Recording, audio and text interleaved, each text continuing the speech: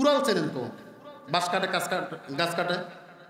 কুড়াল বাঁশের গায়ে আঘাত করতেছে, বাঁশ কুড়ালকে বলতেছে ভাই তোর সাথে তো আমার কোনো দ্বন্দ্ব নাই, তুই আলাদা জাত আমি আলাদা জাত, তোর ধর্ম আলাদা আমার ধর্ম আলাদা, তোর সাথে জমি জমা নিয়ে ঠেলাঠেলি নেই, তুমি কেন আমার গায়ে আঘাত করো?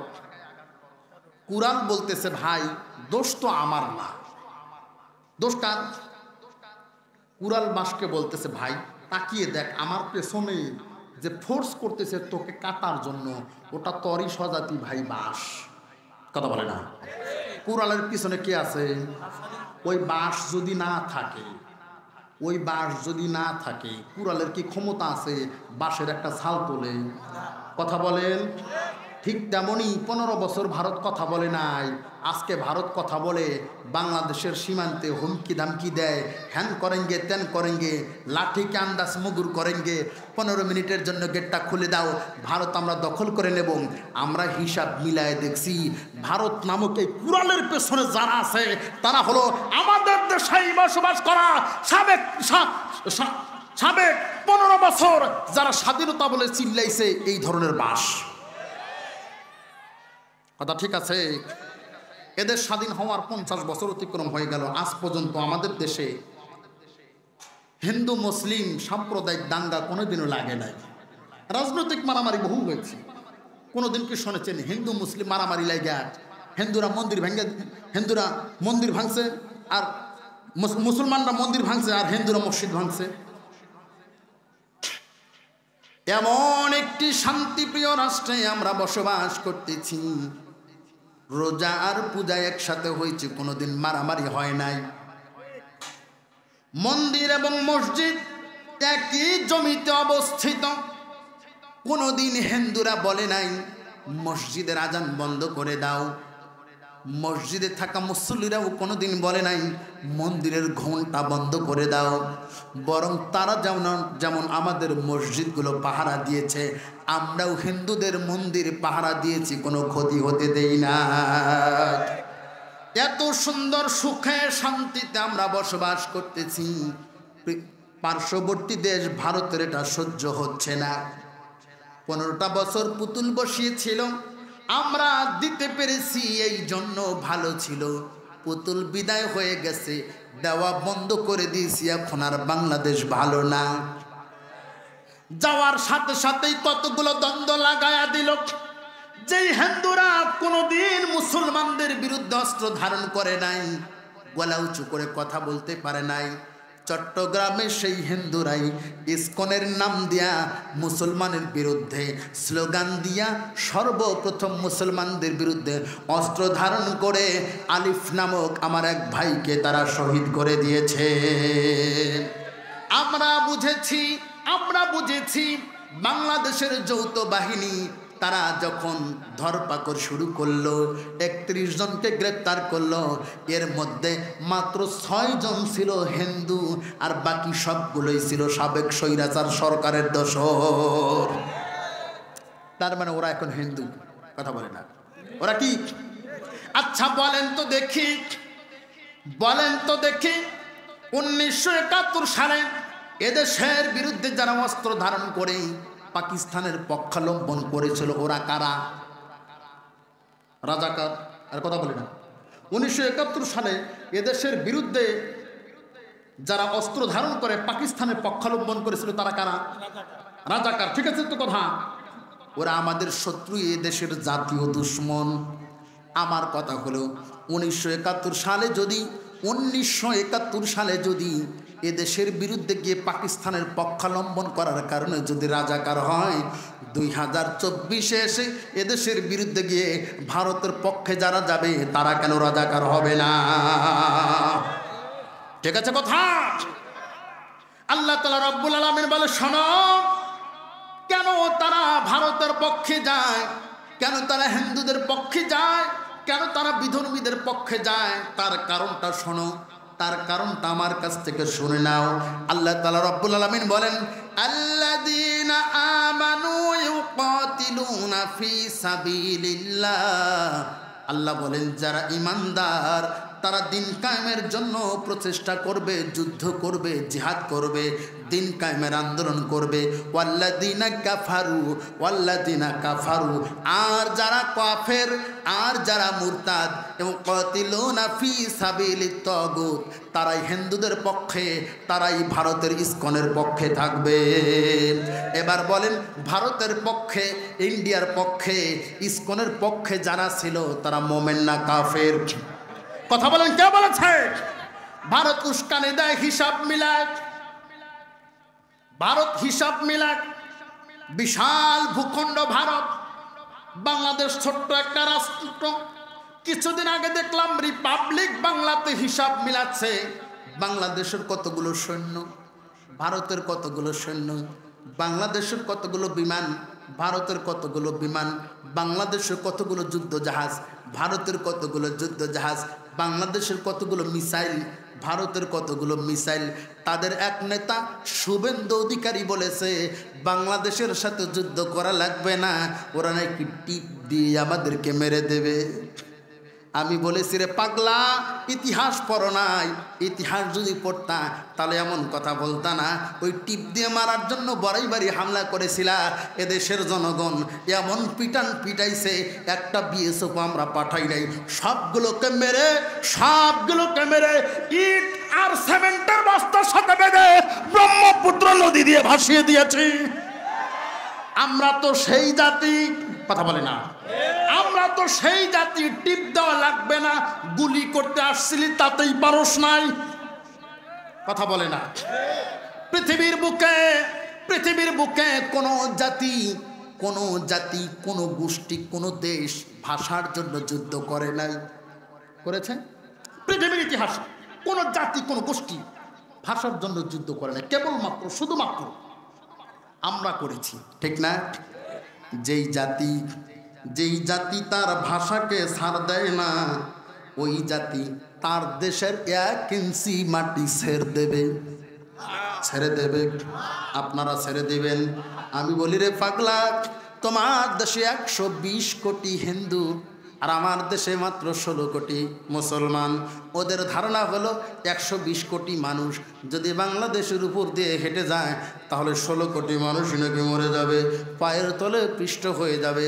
পাগলগুলো বোঝে না 120 কোটি ভেড়ার পালের জন্য 16 কোটি রয়্যাল বেঙ্গল টাইগারই যথেষ্ট।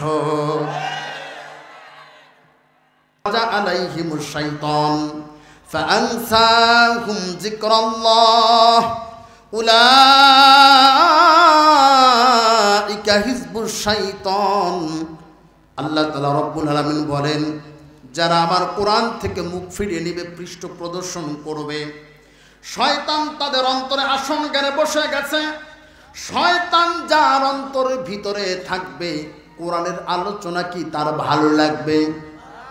ফাআনসাহুম যিকরাল্লাহ, শয়তান তার অন্তর থেকে কোরআনটা ভুলিয়ে দিয়েছে, আল্লাহর জিকিরটা ভুলিয়ে দিয়েছে, এটা তার ভালো লাগে না। আমি বলি না, আমার আল্লাহ তাদের পরিচয় দিচ্ছেন, উলাইকা হিজবুশ শাইতান, ওরাই হলো শয়তানের দলের লোক। ঠিক না? তাহলে শয়তানের দলের লোক আমরা পেয়েছি, যারা কোরআন মাহফিলের বিরোধিতা করবে, পছন্দ করবে না, কোরআন থেকে মুখ ফিরিয়ে নেবে। ওরা কারা? জোরে বলেন। নামের আগে মোহাম্মদ শব্দ লাগাইলেই মুসলমান হওয়া যায় না। কোথাও যদি মিষ্টি রেখে দেন, পিঁপড়াকে দাওয়াত করা লাগে না, বাবা পিঁপড়া মিষ্টি রেখেছি তুমি আসো খেয়ে যাও, দাওয়াত দেওয়া লাগে? বিনা দাওয়াতেই চলে আসে। ঠিক না? ঠিক তেমনই যারা সত্যিকারের ইমানদার, যারা মুসলমান, যাদের অন্তরে ইমানের বিন্দু মাত্র তেজ আছে, তারা পোস্টার দেখুক আর না দেখুক, মাইকিং শুনুক আর না শুনুক, কোরআনের আলোচনা যখন চলতে থাকবে, কোরআনের আওয়াজগুলো যখন তাদের কর্ণকুহরে যাবে, আল্লাহকে, আল্লাহর কসম করে বলি, কোনো মুমিন ঘরে বসে থাকতে পারে না। আর একটা প্রাণী আছে কুকুর, মিস্টার ডিওজি সাহেব। ঠিক না? এক পাশে মিষ্টি রেখে দেবেন, আর এক পাশে পায়খানা রেখে দিবেন, মাঝখানে কুকুরকে ছেড়ে দিবেন। বলেন তো দেখি কুকুর কোন দিকে যাবে? হ্যাঁ, কেন? ওর মিষ্টি পছন্দ হয় না, ওর পায়খানাই ভালো লাগে, কথা বলে না। ঠিক তেমনি আমাদের সমাজে এমন কিছু মানুষ রয়েছে, একদিকে কোরআনের আলোচনা চলবে, অন্যদিকে কনসার্ট হবে, একদিকে তাফসীর মাহফিল হবে, অন্যদিকে নাচ গান হবে, একদিকে কোরআনের আলোচনা চলবে, অন্যদিকে ক্রিকেট খেলা, ফুটবল খেলা হবে। ওই মানুষগুলো কোরআনের দিকে আসবে না, খেলাধুলার নাচ গানের দিকে চলে যাবে। কথা বলেন? আমি বলি না, আমার আল্লাহ বলেন মাসালুহুম কামাসালিল কালব, মাসালুহুম কামাসালিল কালব। আল্লাহ বলতেছেন শোনো, ওরা দেখতে মানুষের মতো হলেও ওরা মানুষ না, ওরা হলো কুকুরের মতো। এ কোরআনের আয়াত এটা। মাসালুহুম কামাসালিল কালব কে বলেছেন? আল্লাহ।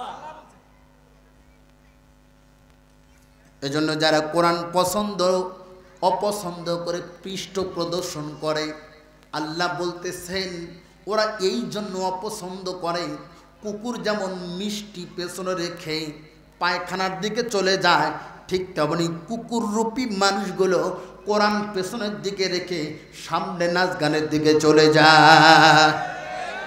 শুধু তাই নয়, আল্লাহ বললেন এদের কলবগুলো পচে গেছে।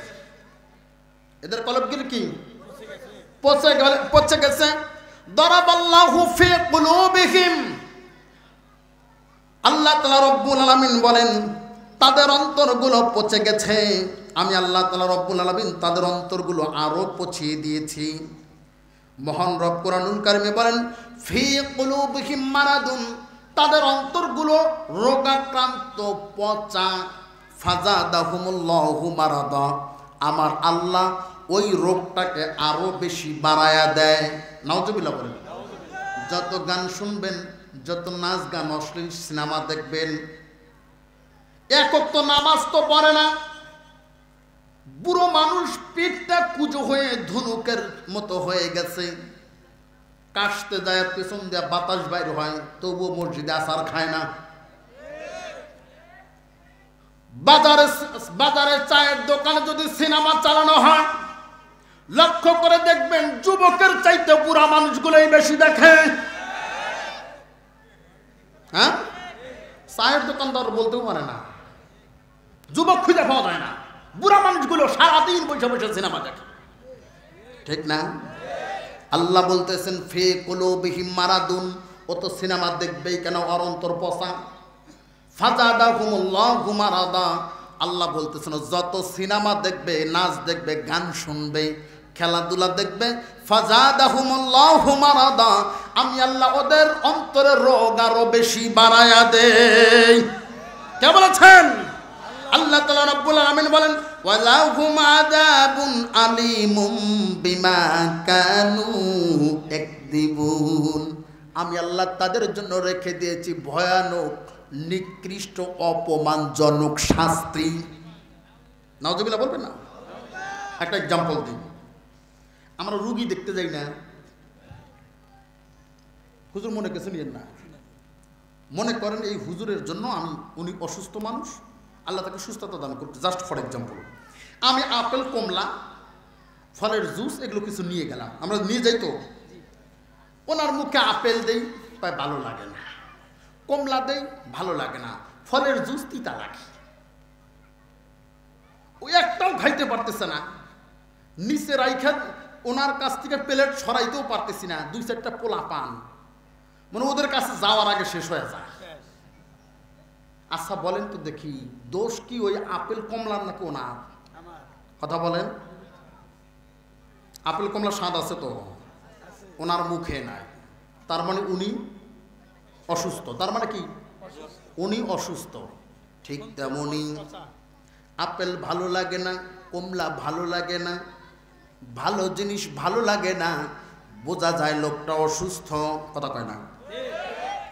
মুরগির গোশত দিয়ে ছোট বোনে ভাত নিয়ে আসতে, ভাই আমার অসুস্থ, দেশি মুরগি বাড়ি থেকে মরদ জবাই করে নিয়ে হুজুরের জন্য ভাত নিয়ে আসছে, ভাই যদি একটু খেতে পারে।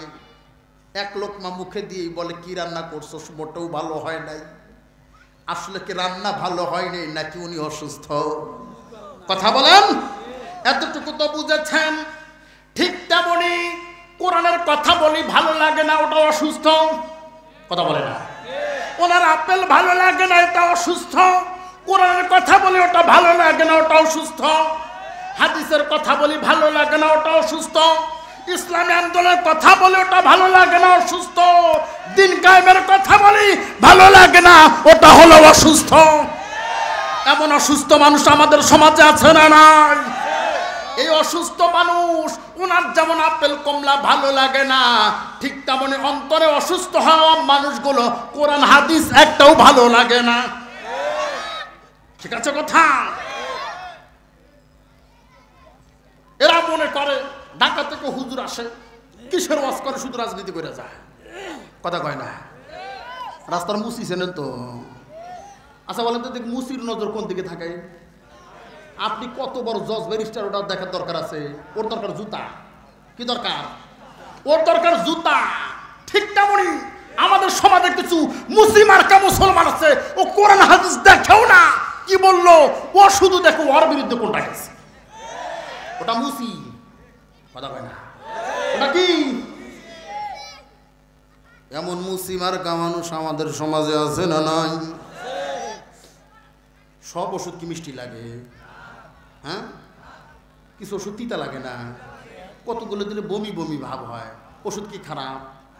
কেন আপনি যদি ডাক্তার উপর চড়াও হয়, কি ওষুধ দিচ্ছেন? এটা ওষুধ হলো এত তিতা তিতা? দোষ ডাক্তারের, ওষুধের নাকি আপনার? তো সব কথা মিষ্টি চান কেন? শরীরের রোগ সারানোর জন্য যদি তিতা ওষুধ দেয়, তা আপনার অন্তর রোগ সারানোর জন্য মাঝে মধ্যে তিতা ওষুধ দেওয়া দরকার। হ্যাঁ, মা বাবা কি সন্তানকে সব সময় আদর করে নাকি মাঝে মধ্যে চর থাপড়ও দেয়? কি জন্য দেয়? যখনই সন্তান পাউডা বাঁকা করে ফেলে, প্রথম যেদিন দেখেছেন আপনার সন্তান বিড়ির মতো একটা রাস্তা থেকে পুরাই না খাইতেছে, আপনি যদি বাধা না দেন, এরপরে দিন সিগারেট খাবে। কথা কয় না? তাহলে প্রথম দেখেই চর থাপড় দিলে মারা দরকার। কথা কয় না? যদি না মারেন, এরপরে সিগারেট ধরবেন। এতটুকু তো বুঝছেন। ঠিক তেমনই আমরা তো সব সময় বলি না, যখনই তোমরা পাও এদিক ওদিক করে ফেলো। আমরা আলেম, ইন্নাল উলামা ওয়ারাসাতুল আম্বিয়া, নবীদের ওয়ারিস হিসেবে মাঝে মধ্যে দু একটা চর থাপড় মার্কা কথা বলা দরকার। তা না হয় জাতি ঠিক হবে না। এদেশের উলামায়ে কেরাম যদি সঠিক সময়ে সঠিক ট্রিটমেন্ট করতে পারত, নেতাদের এমন বেহাল্লা চলতো না। এই জন্য মাঝে মধ্যে দুই চারটা চর থাপড় মার্কা কথা বলা দরকার। শুধু আদর করলে সন্তান নষ্ট হয়। কথা হয় না? শুধু আদর করলে এলাকার কোনো সন্তান যদি নষ্ট হয়, বাইরের মানুষগুলো বলে বাপ মা বেশি আদর করে যে। কথা কয় না? হ্যাঁ, এই জন্য যেগুলো উঠে গেছে ওদের অন্তরের রোগ আছে। কথা কয় না? কথাটাকে আমার এতক্ষণ কথা বললাম, একটা কথাও কি দলিল ছাড়া বলেছি? আলোচনা কোরআন থেকে হবে ইনশাআল্লাহ। উঠতে পারবেন না কেউ? রাজি আছেন তো? আপনারা খুশি না বেজার? প্রশংসা করবেন কার? সকল প্রশংসার একমাত্র মালিককে। জবান খুলে আকাশ বাতাস প্রকম্পিত করে হৃদয়ের মণিকোঠায় জমানো সমস্ত ভালোবাসা উজাড় করে দিয়ে সেই মহান মনিবের প্রতি অসংখ্য অগণিত অজস্র কালিমাত শুকর উন্নত শিরে সুজুদ পেশ করছি। সকলে বলি আলহামদুলিল্লাহ। আল্লাহ তাআলা রব্বুল আলামিন কুরআনুল কারীমের শুরুতেই তিনি কত সুন্দরভাবে ঘোষণা করে দিলেন, আলহামদুলিল্লাহি রাব্বিল আলামিন। আল্লাহ ডাক দেয়া বলে, বান্দা প্রশংসা যদি করতে হয় কেবলমাত্র শুধুমাত্র আমি আল্লাহর প্রশংসা করবা, কেননা জবানটা দিয়েছেন কে? আল্লাহর দেওয়া জবান দিয়া আল্লাহর প্রশংসা করতে হবে। দুনিয়ার কোন রাম বাম নাস্তিকের প্রশংসা করা যাবে? আল্লাহ বলেন আর রহমান আল্লামাল কুরআন খলাকাল ইনসান আল্লামাহুল বায়ান। আল্লাহ ডাক দিয়ে বলেন, আমি রহমান, বানাইলাম ইনসান, শিখাইলাম কোরআন, শিক্ষা দিলাম বায়ান। শিক্ষা দিলাম জবান। যেই ব্যক্তি আল্লাহর দেওয়া জবান দ্বারা আল্লাহর কোরআন পড়বে, আল্লাহর কোরআন শুনবে, আল্লাহর কোরআন মানবে, আমার আল্লাহর বিধান মানবে, আমার আল্লাহর প্রশংসা করবে, আল্লাহর ডাক দেওয়া বলে বান্দা শোনো, ওই ব্যক্তি হইল ইনসান। আর যে ব্যক্তি আল্লাহর দেওয়া জবান দিয়া আল্লাহর কোরআন পড়লো না, আল্লাহর কোরআন শুনলো না, আমার আল্লাহর কোরআন মানলো না, আমার আল্লাহর বিধান মানলো না, বরং উল্টা আল্লাহর বিধানের বিরোধিতা করলো, আছে না নাই? আল্লাহ ডাক দেওয়া বলে শোনো, ওইটা দেখতে মানুষের মতো হইলেও আসলে ওইটা মানুষ না, ওইটা হলো চতুষ্পদ জন্তু, জানোয়ার, হায়াওয়ান। এজন্য মানুষের মতো দেখা গেলেই মানুষ বলা যাবে। আপনাদের বাড়িতে গরু ছাগল আছে না? কেউ কি কোনোদিন গরুর বাছুরের মাথা হাত রাখা বলে বাবা গরু তুমি গরুর মতো হও? বলে কি? মনে হয় ছাগলের বাচ্চার মাথায় হাত রেখা বলে। দুনিয়ার কোন মাখলুকাতের বাচ্চার মাথায় হাত রেখে এমন কথা বলা হয় না।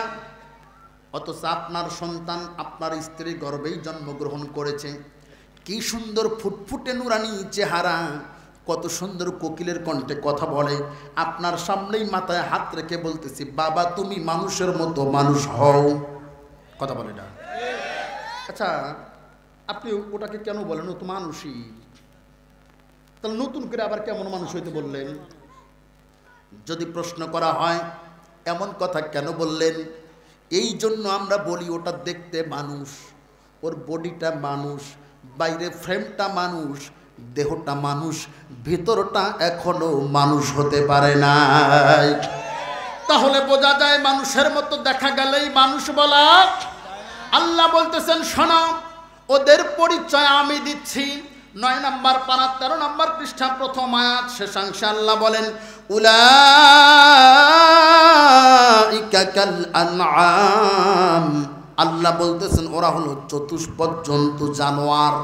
এতটুকু বললেই তো যথেষ্ট ছিল, এতটুকু বললেই তো যথেষ্ট ছিল। এরপর আল্লাহ বললেন বালহুম আদল, তার চাইতেও নিকৃষ্ট। এই আয়াতটা আমি যতবার পড়েছি ততবার হতবাক হয়েছি। হায় হায়, আমার আল্লাহ আদমকে সৃষ্টি করে সমস্ত মাখলুকাতের উপরে শ্রেষ্ঠত্ব দান করলেন, সুবহানাল্লাহ বলেন। আবার সেই আদম সন্তানকে সবচাইতে নিকৃষ্ট বললেন, কারণ আছে না নাই? আমি আকলি এবং নকলি দুইটা দলিল আপনাদের সামনে পেশ করব ইনশাআল্লাহ। বলেন তো দেখে মাখলুকাত আমার আল্লাহ কতগুলো সৃষ্টি করেছে? আর একবার বলেন, আরো একবার বলেন। যে কথাটা আমি 3 বার বলাবো মনে করবেন ভেজাল আছে, মনে করবেন কি ভেজাল আছে। এই যে 18,000 মাখলুকাতের কথা, বিশ্বাস করেন আসমানের নিচে জমিনের উপরে এমন কোন নির্ভরযোগ্য কিতাব নাই যে কিতাব থেকে এটা দেখাতে পারবে, কোন কিতাবে নাই। মানুষ আন্দাজে কথা বলে 18,000, হুজুররাও দেখি বলে, কথা কয় না। সাধারণ মানুষের দোষ দেখি বলবো, আমাদের অনেক হুজুররাও বলে। ওটা আছে কিতাবুল আন্দাজ রাওয়াহুল মুনগরা। কোন কিতাব? কিতাবুল আন্দাজ, বোঝেন তো? আন্দাজ আলী 18,000 কে বলেছে তোমাকে? এটা মজা করার চেয়ার না, এখানে বসতে হলে পড়াশোনা করে বসতে হয়, কথা বলে না। 18,000 সম্পূর্ণ ভিত্তিহীন একটি তথ্য। 2018 সালের রিপোর্ট, প্রাণী বিজ্ঞানীরা গবেষণা করে বের করেছে সমুদ্রের নিচেই আছে 17,000। সুবহানাল্লাহ বলবেন না? স্যার এটা জানেন তো মনে হয়? 18 রিপোর্ট। তো সমুদ্রের নিচেই যদি 17,000 থাকে, সমুদ্রের উপরে 1,000, প্রথম আসমান, দ্বিতীয় আসমান, তৃতীয়, চতুর্থ, পঞ্চম, সপ্তম আসমানে নাই, জান্নাত জাহান্নামে নাই। তোমার কে বলছে 18,000-এর কথা? পড়াশোনা করেন, আন্দাজে এসে কথা বলে। বলবেন হুজুর তাহলে কতগুলো আছে? তাফসীর জগতের অন্যতম একজন মুফাসসির, তাফসীর জগতের উজ্জ্বল নক্ষত্র যাকে বলা হয়, সবচাইতে গ্রহণযোগ্য তাফসীর, তাফসীর ইবনে কাসিরের লেখক আল্লামা ইমামউদ্দিন ইবনে কাসির রাহিমাহুল্লাহ তার বিখ্যাত কিতাব তারিখের কিতাব আল বিদায়া ওয়ান নিহায়া গ্রন্থের 7ম খণ্ডে তিনি উল্লেখ করেন, আমার আল্লাহ 18,000 নয়, 30,000 নয়, 50,000 নয়, 80,000 মাখলুকাত সৃষ্টি করেছে। কোথায় 18,000 আর কোথায় 80,000? হ্যাঁ, চিন্তা করা যায়। এই যে 80,000 মাখলুকাত, 79,998 প্রকার মাখলুকাত। কতগুলো? 79,998 প্রকার মাখলুকাত সার্বক্ষণিকভাবে আমার আল্লাহর তাসবিহ জপে। সুবহানাল্লাহ বলবেন না? রাস্তার কুকুরটাও আমার আল্লাহর তাসবিহ জপে, শুকুরটাও আল্লাহর তাসবিহ জপে। সকালবেলা ঘুম থেকে উঠেন ওই মোরগের কণ্ঠে জোরে জোরে আমার আল্লাহর তাসবিহ জপে। গাছের এক ডালে বক ডালে পাখিগুলো কিচিরমিচির করে আমার আল্লাহর শুকরিয়া জ্ঞাপন করে। রাতের আধারে ঝিঝি পোকা, জোনাকি পোকাগুলো ঝিঝি করে করে আমার আল্লাহর তাসবিহ জপে। আল্লাহ ডাক দেয়া বলে, শোনো, ওই যে নদীর পানিগুলো কলো কলো শব্দে বয়ে যায়, তোমাদের কানে কলো কলো শব্দ চলে আসে। আল্লাহ ডাক দেয়া বলে, ওটা পানির শব্দ না, ওই পানিটাও আমি আল্লাহর জিকির করে। আপনার কানের পাশ দিয়ে শস্য কণ্ঠে শস্য শব্দে আওয়াজ দিয়ে বাতাস বয়ে যায়।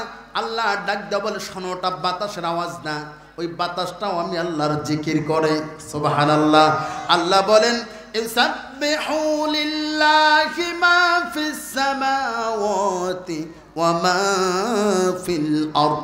আল্লাহ বলেন, আসমান এবং জমিন এত দুভয়ের মধ্যে যা কিছু তোমরা দেখতে পাও সব কিছুই সার্বক্ষণিকভাবে জিকির করে কার? তাহলে রাস্তার কুকুর আল্লাহর জিকির করে, আপনি মানুষ হয়ে করেন না। রাস্তার শুকুর আল্লাহর জিকির করে, আপনি মানুষ হয়ে করেন না। গরু আল্লাহর জিকির করে, আপনি করেন না। ছাগল আল্লাহর জিকির করে, আপনি করেন না। এবার বলেন, আপনি ভালো নাকি কুকুর ভালো? কথা বলে না, কে ভালো? কুকুর ভালো। এই জন্য আল্লাহ তাআলা রব্বুল আলামিন বলেন, উলাইকা কাল আনআম। আল্লাহ প্রথমে বললেন ওরা জন্তু জানোয়ারের ন্যায়, এরপর বললেন না, জন্তু জানোয়ারটাও তো আমার জিকির করে, কুকুরও জিকির করে, শুকুরও জিকির করে। ও কুকুরের মতো কেন? বালহুম আদল, তার চাইতেও নিকৃষ্ট। নাউযুবিল্লাহ বলেন। এবার আকলি দলিল নেন। আপনাদের একেবারে কাছের গরু ছাগলের হাট রাজীবপুর না বেলেমারিও আছে, রাজীবপুর। আমার জানা মতে বর্তমান বাজার মূল্য অনুযায়ী 3,000 টাকার নিচে একটা ছাগলের বাচ্চাও পাওয়া যাবে না। একটা ছাগলের বাচ্চার দাম 3,000। কথা ঠিক আছে তো? দেশ স্বাধীন হওয়ার পর থেকে এখন পর্যন্ত কত নির্বাচন আসলো, কত নির্বাচন গেল। ইউনিয়ন নির্বাচন, উপজেলা নির্বাচন, জেলা নির্বাচন, সংসদ নির্বাচন। আমরা দেখেছি কত বুজুর্গ 5 ওয়াক্ত নামাজ পড়ে, মাসে 3 দিন তাবলিগে যায়, বছরে চিল্লা দেয়, 100 দানার তসবিতে চলে না, 1000 দানার তসবি নিয়ে ঘোরে, সবসময় মাথায় পাগড়ি থাকে, তাহাজ্জুদের নামাজ আদায় করে, টঙ্গীর ইজতেমাতেও যায়। নামাজ পড়ে পড়ে কপালটা ফাটিয়ে দাগ ফেলেছে। এমন বুজুর্গদেরকেও দেখেছি 500,000 টাকার বিনিময়ে ভোটটা বিক্রি করে দেয়। আছে না এমন বুজুর্গ? আচ্ছা, ওটারে কি বুজুর্গ বলা যায়? ওটা বুজুর্গ না বেজিরগু? কথা কয় না। ওটা বুজুর্গ না বেজিরগু? ওটা বেজিরগু। ভোট বিক্রি করা মানে নিজেকে বিক্রি করা, নিজের ইমানটা বিক্রি করা। ঠিক আছে কথা? তাহলে যে লোকটা 1,000 টাকায় তার ভোটটা বিক্রি করলো, তার দাম কত? 1,000। তার দাম কত? 1,000। তার দাম 1,000। বাজারে ছাগলের বাচ্চার দাম 3,000, তোমার দাম 1,000। কার দাম বেশি? কথা বলেন। আচ্ছা বলেন তো দেখি, ছাগলের দাম বেশি না? আমি বলি, ও বুজুর্গ, তোমার নামাজ, তোমার রোজা, তোমার হজ, তোমার তাবলিগ, তোমার চিল্লা, তোমার বুজুর্গি, তোমার টুপি, তোমার পাগড়ি, তোমার তাহাজ্জুদ, ইমানদার বানানো তো দূরের কথা, মুসলমান বানানো তো দূরের কথা, 3,000 টাকা দামের ছাগলের বাচ্চাও তোমাকে বানাতে পারে না। এই যে আমার পাশে ভাই ওই যে বসে আছে, ওনার ছেলে গতকালকে বিড়াল একটা কিনা নিয়ে আসছে 10,500 টাকা। বিড়ালের বাচ্চা। এই বিড়াল আবার যেমন তেমন খাবার খায় না, ওরে মুরগির গোস্ত খাওয়ানো লাগে। একটা বিড়ালের বাচ্চা 10,000, আর তুমি বুজুর্গ মসজিদ থেকে বাইর হয়ে 1,000 টাকা দিয়ে ভোট বিক্রি করো, তুমি তো বিড়ালের বাচ্চার চেয়েও খারাপ। কথা কয় না? তাহলে এবার কোরআনের আয়াতটা মিলান, কোরআন আয়াত মিলান। উলাইকা কাল আনআম, ওটা বিড়ালের মতো। কথা কয় না? ওটা কি বিড়ালের মতো? আর না, বাল হুমা দল, ঠিক না? বাল হুমা দল, বিড়ালের চাইতেও খারাপ। তোমার মতো বিড়াল কুকুরের চাইতে নিকৃষ্ট মানুষের জন্য আমার আল্লাহর জান্নাত না। ঠিক আছে কথা? এজন্য মানুষ যদি হতে চাও আল্লাহর কোরআনের দিকে ফিরে যাও। আল্লাহ বলেন আর রহমান আল্লামাল কুরআন খলাকাল ইনসান আল্লামাহুল বায়ান। আল্লাহ ডাকদা বলেন আমি রহমান, বানাইলাম ইনসান, শিখাইলাম কোরআন, শিক্ষা দিলাম বায়ান, শিক্ষা দিলাম জবান।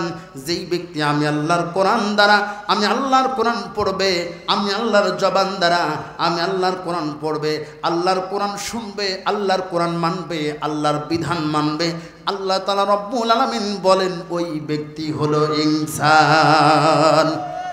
আরো একবার আল্লাহর দেওয়া জবান দ্বারা শুকরিয়া কি আদায় করা যাবে?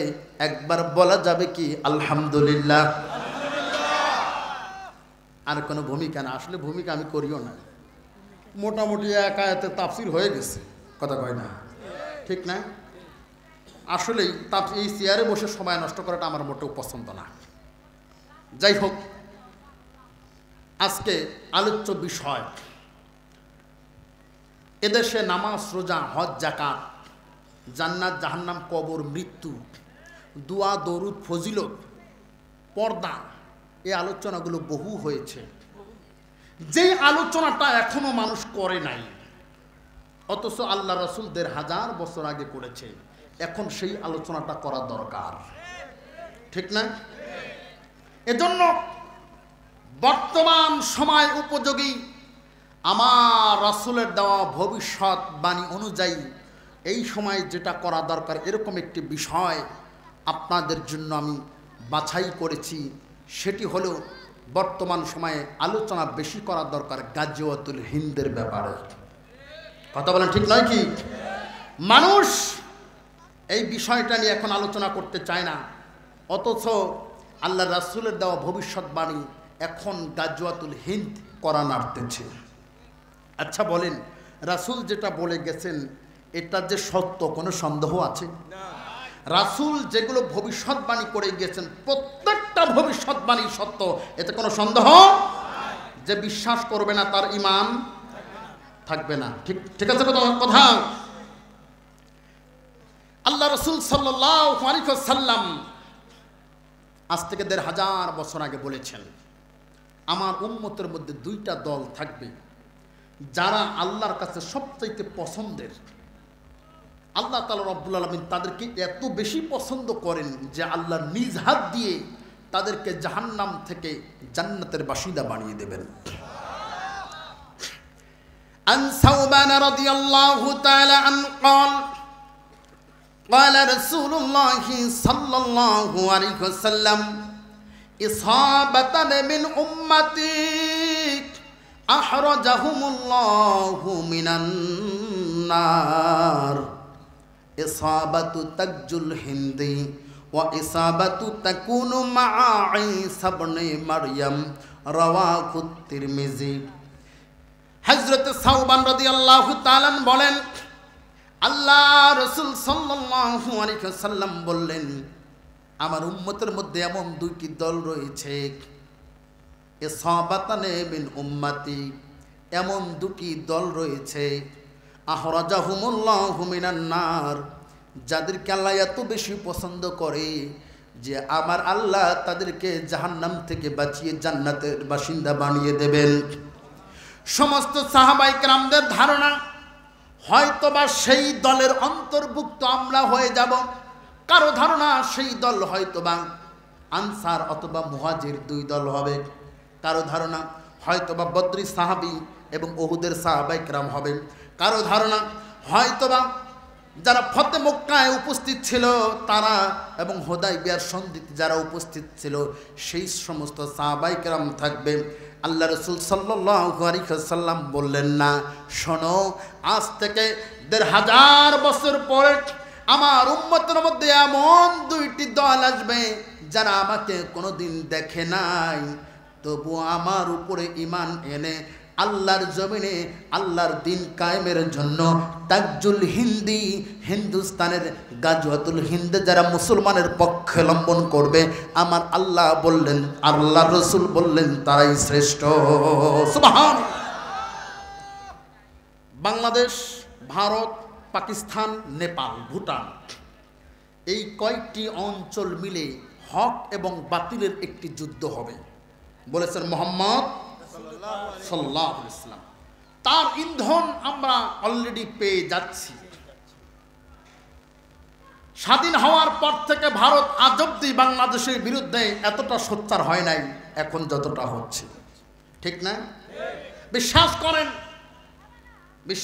করেন ভারত কখনোই বাংলাদেশের বন্ধু ছিল না, স্বাধীনতা যুদ্ধের সময় ছিল না।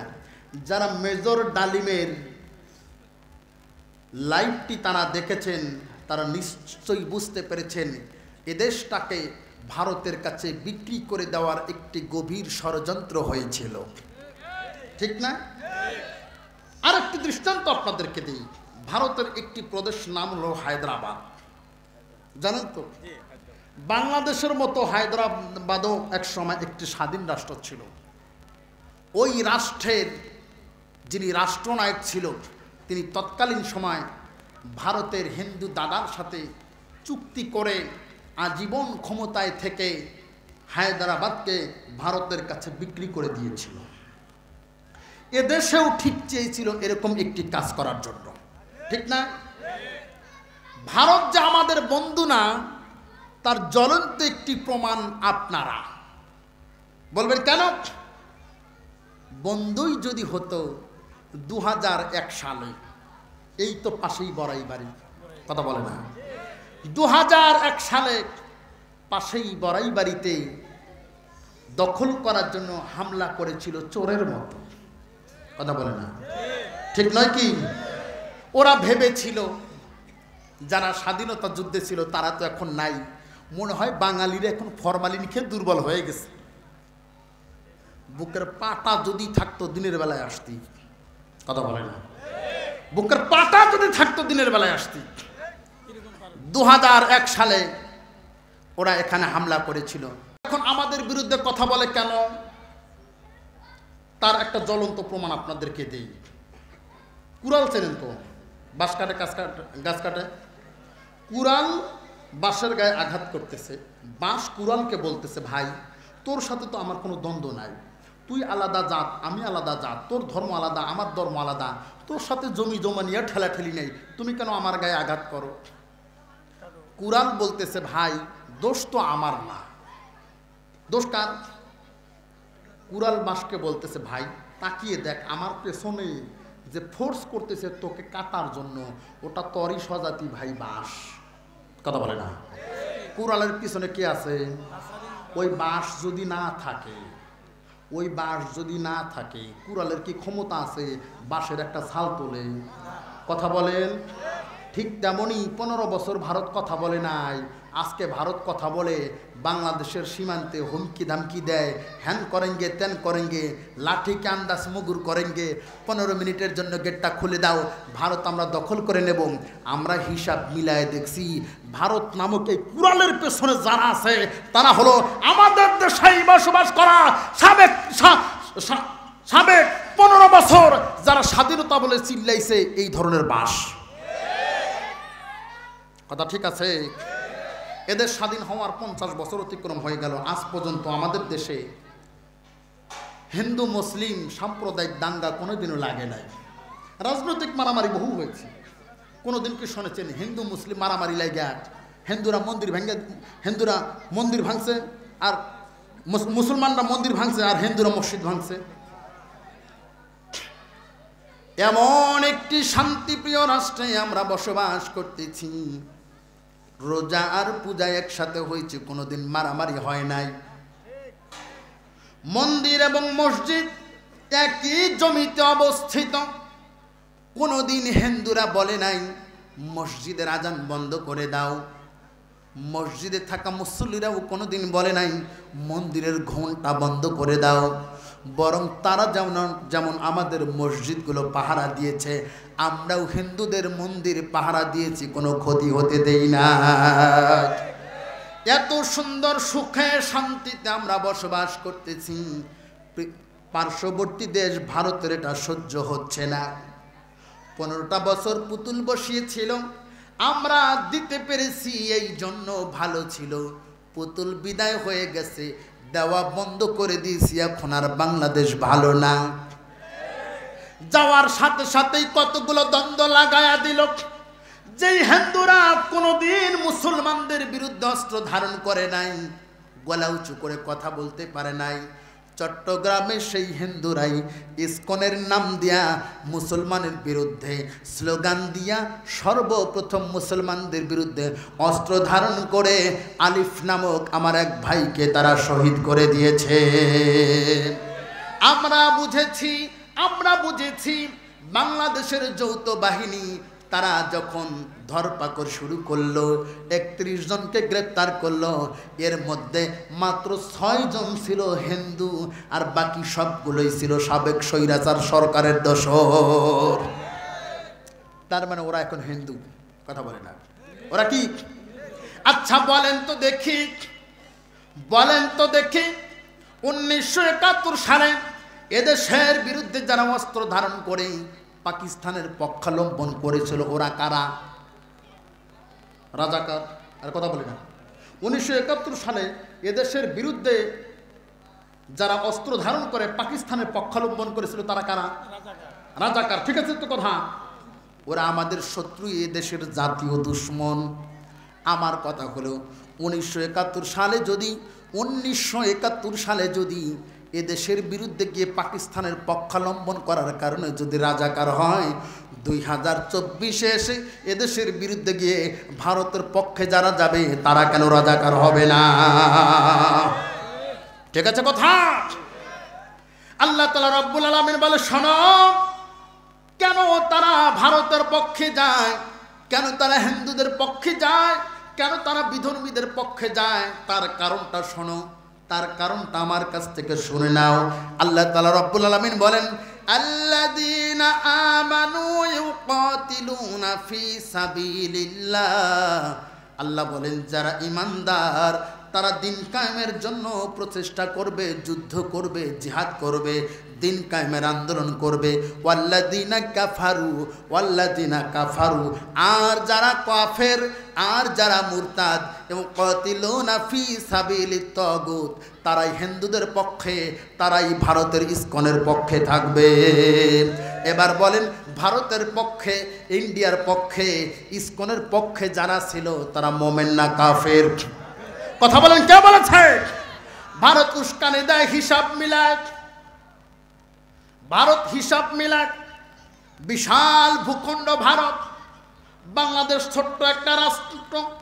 কিছুদিন আগে দেখলাম রিপাবলিক বাংলাতে হিসাব মিলাচ্ছে, বাংলাদেশের কতগুলো সৈন্য, ভারতের কতগুলো সৈন্য, বাংলাদেশের কতগুলো বিমান, ভারতের কতগুলো বিমান, বাংলাদেশের কতগুলো যুদ্ধ জাহাজ, ভারতের কতগুলো যুদ্ধ জাহাজ, বাংলাদেশের কতগুলো মিসাইল, ভারতের কতগুলো মিসাইল।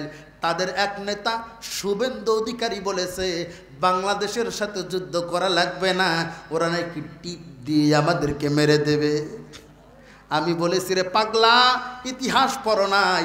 ইতিহাস যদি পড়তা তাহলে এমন কথা বলতা না।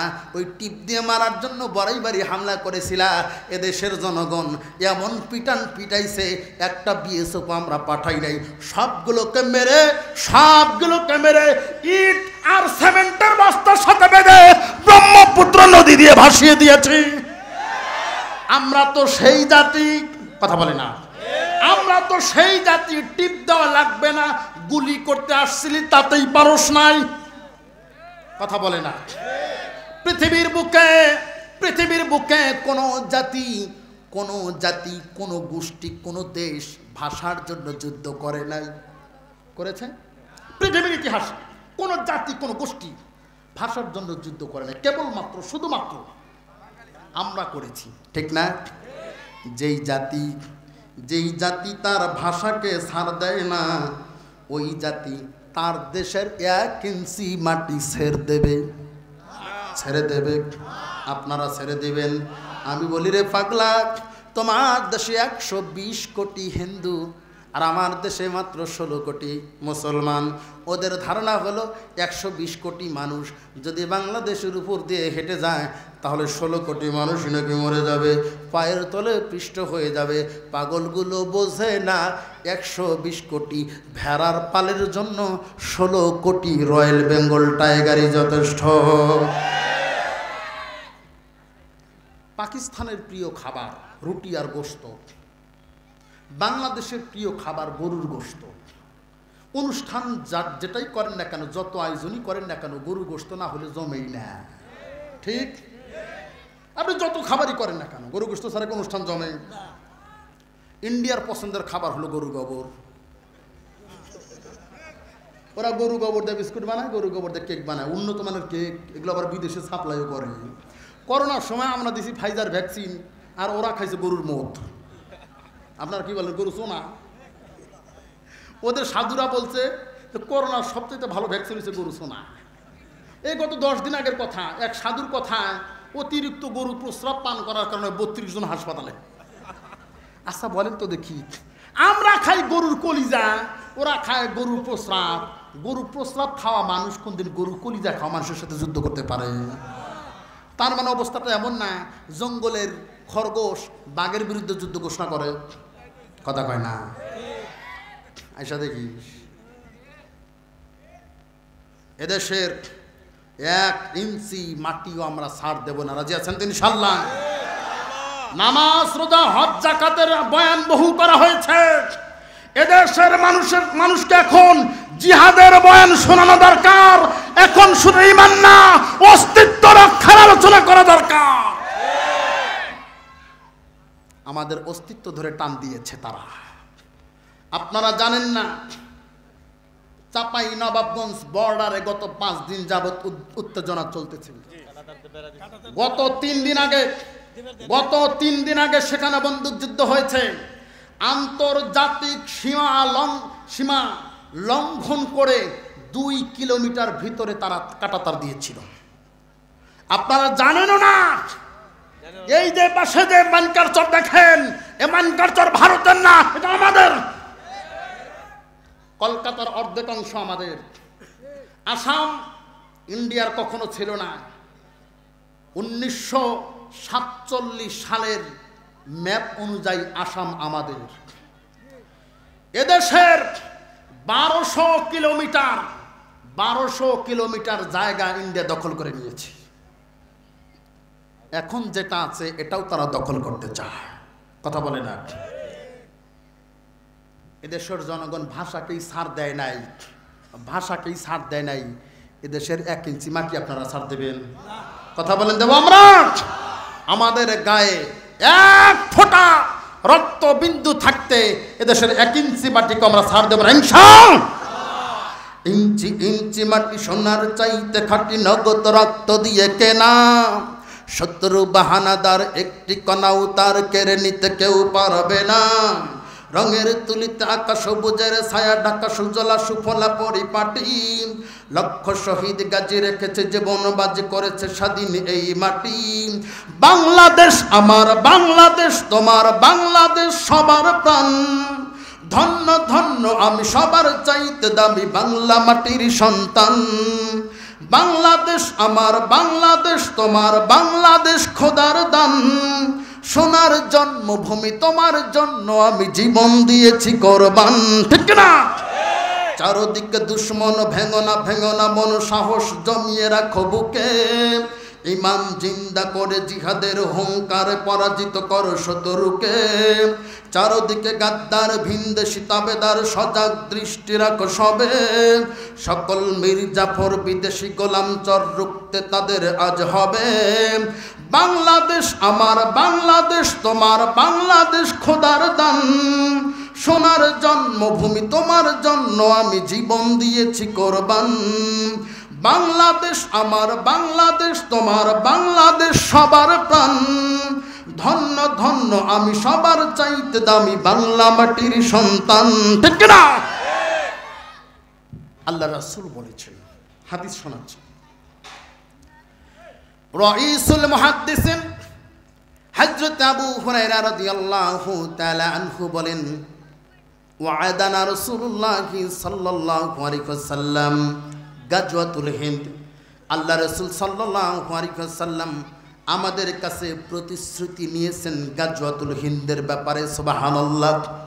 চিন্তা করেন ১৫০০ বছর আগে আল্লাহ রাসূল সাল্লাল্লাহু আলাইহি ওয়াসাল্লাম সাহাবায়ে কেরামদের কাছ থেকে প্রতিশ্রুতি নিলেন গাজওয়াতুল হিন্দের ব্যাপারে।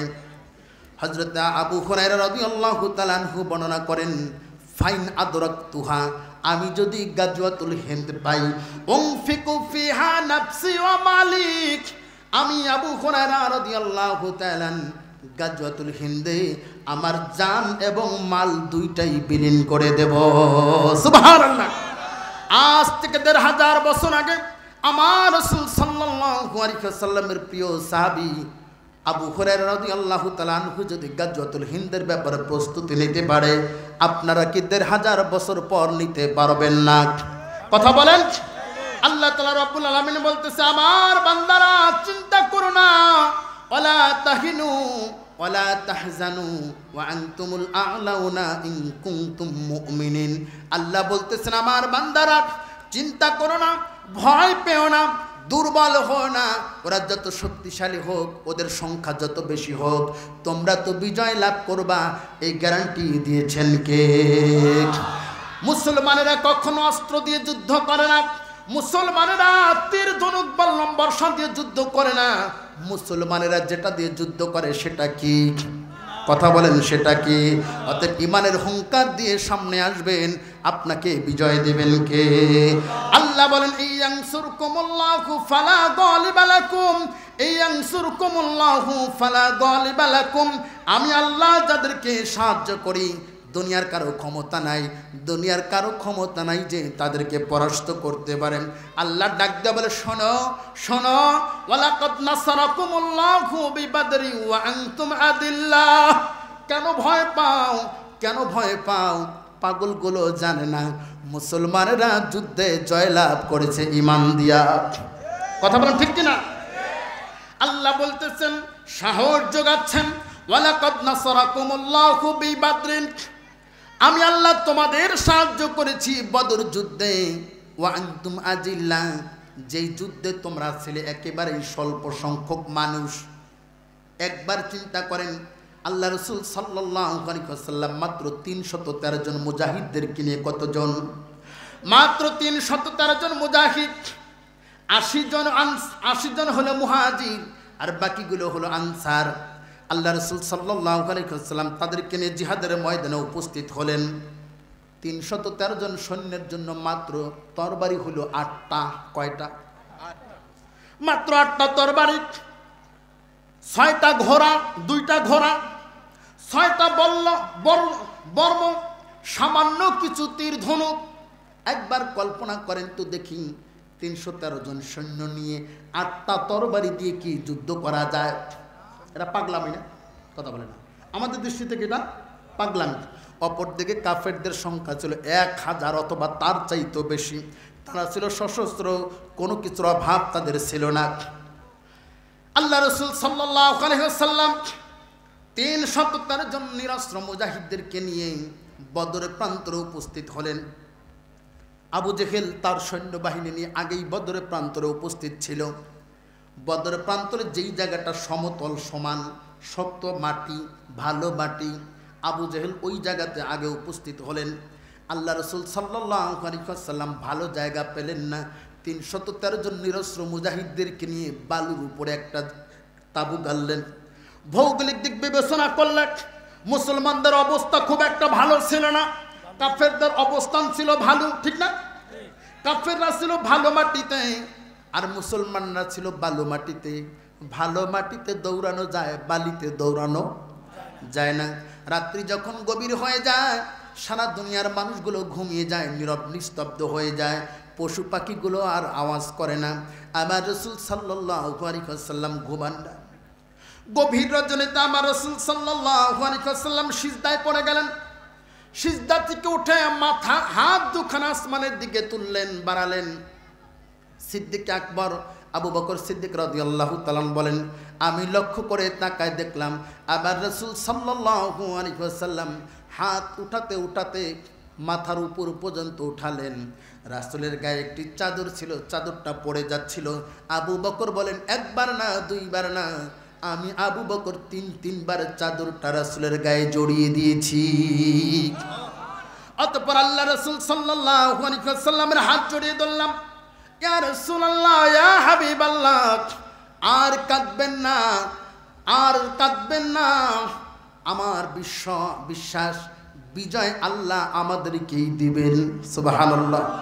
আমার রাসূল হাত নামাতে দেরি করলেন, সাথে সাথে আকাশ মেঘাচ্ছন্ন হলো, বিদ্যুৎ ঘনঘটা শুরু হলো। আল্লাহ তাআলা রব্বুল আলামিনের হুকুমে বৃষ্টি নাজিল হলো। বৃষ্টি পড়ে বালু শক্ত হয়ে গেল।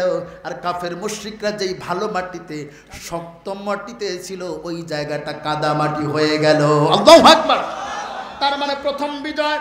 কথা বলে না, এটা কি প্রথম বিজয়? সকাল যখন হয়ে গেল, ওই সময় যুদ্ধের একটা নীতি ছিল। প্রথমে মল্লযুদ্ধ হতো। এই দলের একজন, ওই দলের একজন, এই দলের দুইজন, ওই দলের দুইজন, এই দলের তিনজন, ওই দলের তিনজন। এটাকে বলে মল্লযুদ্ধ। যারা বিজয়ী হতো তার দলও বিজয়ী হতো। সুবহানাল্লাহ। আবু জাহেলের দলে তিনজন মহাবীর ছিল, যাদের জীবনে পরাজয় বলতে কোনো শব্দ নাই। আজ অবধিতে মক্কায় তাদেরকে কেউ পরাজিত করতে পারে নাই। উতবা, সায়বা, আপন দুই ভাই, উতবার ছেলে ওলীদ, এই তিনজন, এদেরকে আজ পর্যন্ত কেউ মল্লযুদ্ধ, একাকী যুদ্ধে পরাজিত করতে পারে নাই। আবু জাহেল তাদের কাছে গেলেন, তাদেরকে উৎসাহিত করলেন, উত্তেজিত করলেন। এটাই সুযোগ, লক্ষ্য করে তাকায় দেখো, আমাদের কোনো কিছুর অভাব নাই। মুহাম্মাদের সাথে যারা আছে এদের অস্ত্র নাই, অতএব আর দেরি করা যাবে না, তাড়াতাড়ি আগায় যাও। উতবা, সায়বা, উতবার ছেলে ওলীদ, মানে আপন দুই ভাই এবং ছেলে, বাপ বেটা, চাচা ভাতিজা দুই ভাই। কতজন? তিনজন। সামনে এসে হুঙ্কার দিল, মুহাম্মদ, মক্কায় তোমাকে হত্যা করার জন্য কত চেষ্টা করেছি, পারি নাই। তোমার বুকের পাটা এত বড় হয়েছে, আমাদের বিরুদ্ধে অস্ত্র ধারণ করেছ। আজকে সুযোগ পেয়েছি, আজকে আর হাত ছাড়া করব না। বুকের পাটা যদি থাকে, এক মায়ের সন্তান যদি হও, মায়ের বুকের দুধ যদি পান করো, আমাদের সামনে সে উপস্থিত হও। কেউ আগায় না। পরপর যখন তারা হুঙ্কার দিতে লাগলো, সর্বপ্রথম তাকবীর ধ্বনি দিয়ে যিনি আগায় গেলেন, তিনি আর কেউ না, আমার রাসূল সাল্লাল্লাহু আলাইহি ওয়াসাল্লামের আপন চাচা মহাবীর হযরতে হামজা রাদিয়াল্লাহু তাআলা আনহু। আল্লাহু আকবার। হামজা রাদিয়াল্লাহু তাআলা হুঙ্কার মেরে সামনে আসলেন। হামজা রাদিয়াল্লাহু তাআলা আনহুর পরেই তার আপন ভাতিজা, আমার রাসূল সাল্লাল্লাহু আলাইহি ওয়াসাল্লামের আপন চাচাতো ভাই। তখন তিনি বিয়ে করেন নাই, সবে মাত্র তার 22 বছর বয়স, একেবারেই তাগড়া জওয়ান। হযরতে আলী ইবনে আবি তালিব রাদিয়াল্লাহু তাআলা হুঙ্কার মেরে তিনিও সামনে দাঁড়ালেন। আল্লাহু আকবার। অপর দিকেও চাচা ভাতিজা, এইদিকেও চাচা ভাতিজা, অপর দিকে কি, এইদিকেও চাচা ভাতিজা। এরপর যিনি হুঙ্কার মেরে সামনে আসলেন, তিনি একেবারেই বয়স্ক মানুষ, 80 থেকে 82 বছর বয়স, হযরত আবু ওবায়দা রাদিয়াল্লাহু তাআলা আনহু। আল্লাহু আকবার। হযরত আবু ওবায়দা রাদিয়াল্লাহু তাআলা আনহু 82 বছর বয়সে ইসলামের পক্ষে, বাতিলের বিপক্ষে হুঙ্কার মেরে সামনে এসে যদি জিহাদের ময়দানে দাঁড়াতে পারে, ও যুবকেরা তোমরা কি পারবা না? কথা বলেন, পারবেন কিনা? যদি এমন পরিস্থিতি হয়, যদি এমন অবস্থা হয়, ভারতের মালাউনদের বিপক্ষে অস্ত্র ধারণ করতে হবে। এদেশের 1 ইঞ্চি মাটি রক্ষা করার জন্য কারা কারা জিহাদের ময়দানে থাকতে রাজি আছে? লিল্লাহি তাকবীর।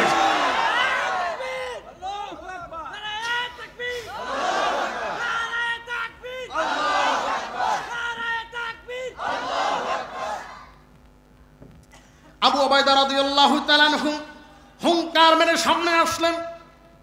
হযরতে হামজা রাদিয়াল্লাহু তাআলা ধরলেন উতবাকে, আলী রাদিয়াল্লাহু তাআলা আনহু ধরলেন সায়বাকে।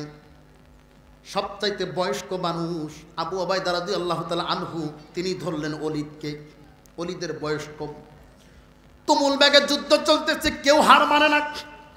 কিছুক্ষণের মধ্যে উত্তর গগন থেকে, উত্তর পাশ থেকে তাকবীর ভেসে উঠল। লিল্লাহে তাকবীর, আল্লাহু আকবার। হামজার কণ্ঠে তাকবীর ভেসে উঠল। আল্লাহ রাসূল সাল্লাল্লাহু আলাইহি ওয়াসাল্লাম বুঝতে পারলেন প্রথম বিজয় হয়েছে। সুবহানাল্লাহ।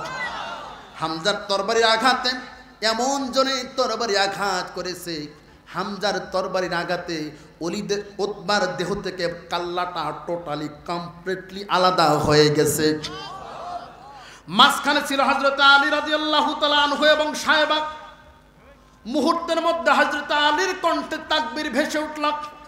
হযরত আলী রাদিয়াল্লাহু তাআলা আনহু ছিলেন মাঝারি সাইজের, লম্বাও ছিল না, খাটোও ছিল না। হযরত আলী রাদিয়াল্লাহু তাআলা আনহু ছিলেন স্লিম বডি, একেবারে স্লিম বডি ছিল। কিন্তু তার বিশেষ একটি গুণ ছিল, হাই জাম্পে তিনি ছিলেন ফার্স্ট। সুবহানাল্লাহ। কিছু খাটো মানুষ আছে দেখবেন, এটা ব্যাপক হাই জাম্প করতে পারে, আছে না? হযরত আলী রাদিয়াল্লাহু তাআলা আনহু হাই জাম্প করতে পারতেন। হাই জাম্প করে হাতে থাকা জুলফিকার তরবারি এমন জোরে সায়বার উপরে আঘাত করলেন, সায়বার মাথা থেকে শুরু করে 2 পায়ের মাঝখান পর্যন্ত বরাবর এমনভাবে তরবারি চালালেন, মাথা থেকে 2 পায়ের মাঝখান পর্যন্ত সম্পূর্ণ বডিটা দ্বিখণ্ডিত করে আলীর হাতের তরবারি কমপ্লিটলি মাটির ভিতরে গেড়ে গিয়েছে। কি শক্তি ছিল আলীর! আল্লাহু আকবার। কি শক্তি ছিল! এক আঘাতে দেহ থেকে, মাথা থেকে এই পর্যন্ত সম্পূর্ণ তরবারি মাটি গিয়েছে। হযরত আবু উবাইদা রাদিয়াল্লাহু তাআলা আনহু, তিনি ছিলেন বয়স্ক মানুষ। অপর দিকে ওলীদ ছিল একেবারেই যুবক মানুষ। ওলীদ ক্ষিপ্র গতিতে আবু উবাইদা রাদিয়াল্লাহু তাআলা আনহুর ডান পায়ে আঘাত করলেন। আবু উবাইদা রাদিয়াল্লাহু তাআলা আনহু বসে পড়লেন। পেছন দিক থেকে এসে আবু উবাইদা রাদিয়াল্লাহু তাআলা আনহুর পিঠে আঘাত করলেন। দূর থেকে হামজা রাদিয়াল্লাহু তাআলা আনহু দেখলেন আবু উবাইদা প্রায় ধরাশায়ী হয়ে গেছে। ক্ষিপ্র গতিতে বাজ পাখির ন্যায় ছুটে এসে হযরতে আলী এবং হযরতে হামজা রাদিয়াল্লাহু তাআলা আনহু ওলীদকেও জাহান্নামের টিকিট কেটে দিয়েছেন। আবু উবাইদা রাদিয়াল্লাহু তাআলা আনহু আহত অবস্থা, তার একটি আঘাত পড়েছিল এই যে ঘাড়ের 2টি রগ কেটে যাওয়ার কারণে আবু উবাইদা রাদিয়াল্লাহু তাআলা আনহু আর বেশিক্ষণ টিকতে পারলেন না। কিছুক্ষণের মধ্যেই শাহাদতের পেয়ালা পান করে জান্নাতের টিকিট নিয়ে তিনি ও দুনিয়া থেকে বিদায় হয়ে গেলেন। সুবহানাল্লাহ বলেন। কাফের মুশরিকরা দেখলো মুসলমানদের সাথে যুদ্ধ করে কোনোভাবেই টিকতে পারবো না। আবু জাহেল বলল, আর বলল যুদ্ধ হবে না, চতুর্দিক থেকে মুসলমানদের ঘিরে ধরো, একযোগে হামলা করে আমরা মুসলমানদেরকে নিশ্চিহ্ন করে দেব। আল্লাহ রাসূল সাল্লাল্লাহু আলাইহি ওয়াসাল্লাম বসে আছেন, সাহাবায়ে কেরাম এক এক করে আসে আল্লাহ রাসূলের কাছে বিদায় চায়। 313 জন, তরবারি হলো মাত্র 8টা। আল্লাহ রাসূল কাকে কয়টা তরবারি দেবে? একটু কল্পনা করেন তো দেখি, সেই সময়টা মুসলমানদের কত ভয়াবহ অবস্থা ছিল। মুসলমানেরা সাহাবায়ে কেরামরা এসে ডাকতে বলেন, ইয়া রাসূলুল্লাহ, ইয়া হাবিবাল্লাহ, জিহাদের ময়দানে যাচ্ছি, একটু দোয়া করে দেন। আল্লাহ রাসূল সাল্লাল্লাহু আলাইহি ওয়াসাল্লাম তাকায় দেখে সাহাবীর হাতে কোনো তরবারি নাই। আল্লাহু আকবার। আমার রাসূলের চোখ দিয়ে টপ টপ করে পানি ঝরে। খালি হাতে তো আর যুদ্ধের ময়দানে পাঠানো যায় না। রাসূল দেবেনটা কি? খেজুরের কাণ্ড এনে রাসূলের হাত সাহাবীর হাতে তুলে দিলেন। চিন্তা করেন, একদিকে তীর, ধনুক, তরবারি, বল্লম, বর্ষা, অপর দিকে আল্লাহ রাসূল দিলেন খেজুরের কাণ্ড। খেজুরের কাণ্ড রাসূলের হাতে দেওয়ার বরকত, সাহাবীর ঈমান। খেজুরের কাণ্ড আর খেজুরের কাণ্ড নাই, তীক্ষ্ণ ধারালো অস্ত্রের চাইতেও বেশি ধারালো হয়ে গেছে। সাহাবায়ে কেরাম খেজুরের কাণ্ড নিয়ে হাতে নিয়ে চতুর্দিকে ঘোরাতে লাগলেন আর দৌড়াতে লাগলেন, ঘোরাতে লাগলেন আর দৌড়াতে লাগলেন। খেজুরের কাণ্ড যার যেই জায়গায় লেগেছে লাগতে দেরি, দ্বিখণ্ডিত হতে দেরি হয় না। আচ্ছা বলেন তো কি ওটা কি খেজুরের কাণ্ডের কারণে নাকি সাহাবীর ঈমানের কারণে? কথা বলেন। আমার আল্লাহ তাআলা রব্বুল আলামিন বলে, বান্দা চিন্তা করিস না, ওয়ালা তাহিনু ওয়ালা তাহজানু ওয়া আনতুমুল আ'লাউনা ইন কুনতুম মুমিনিন।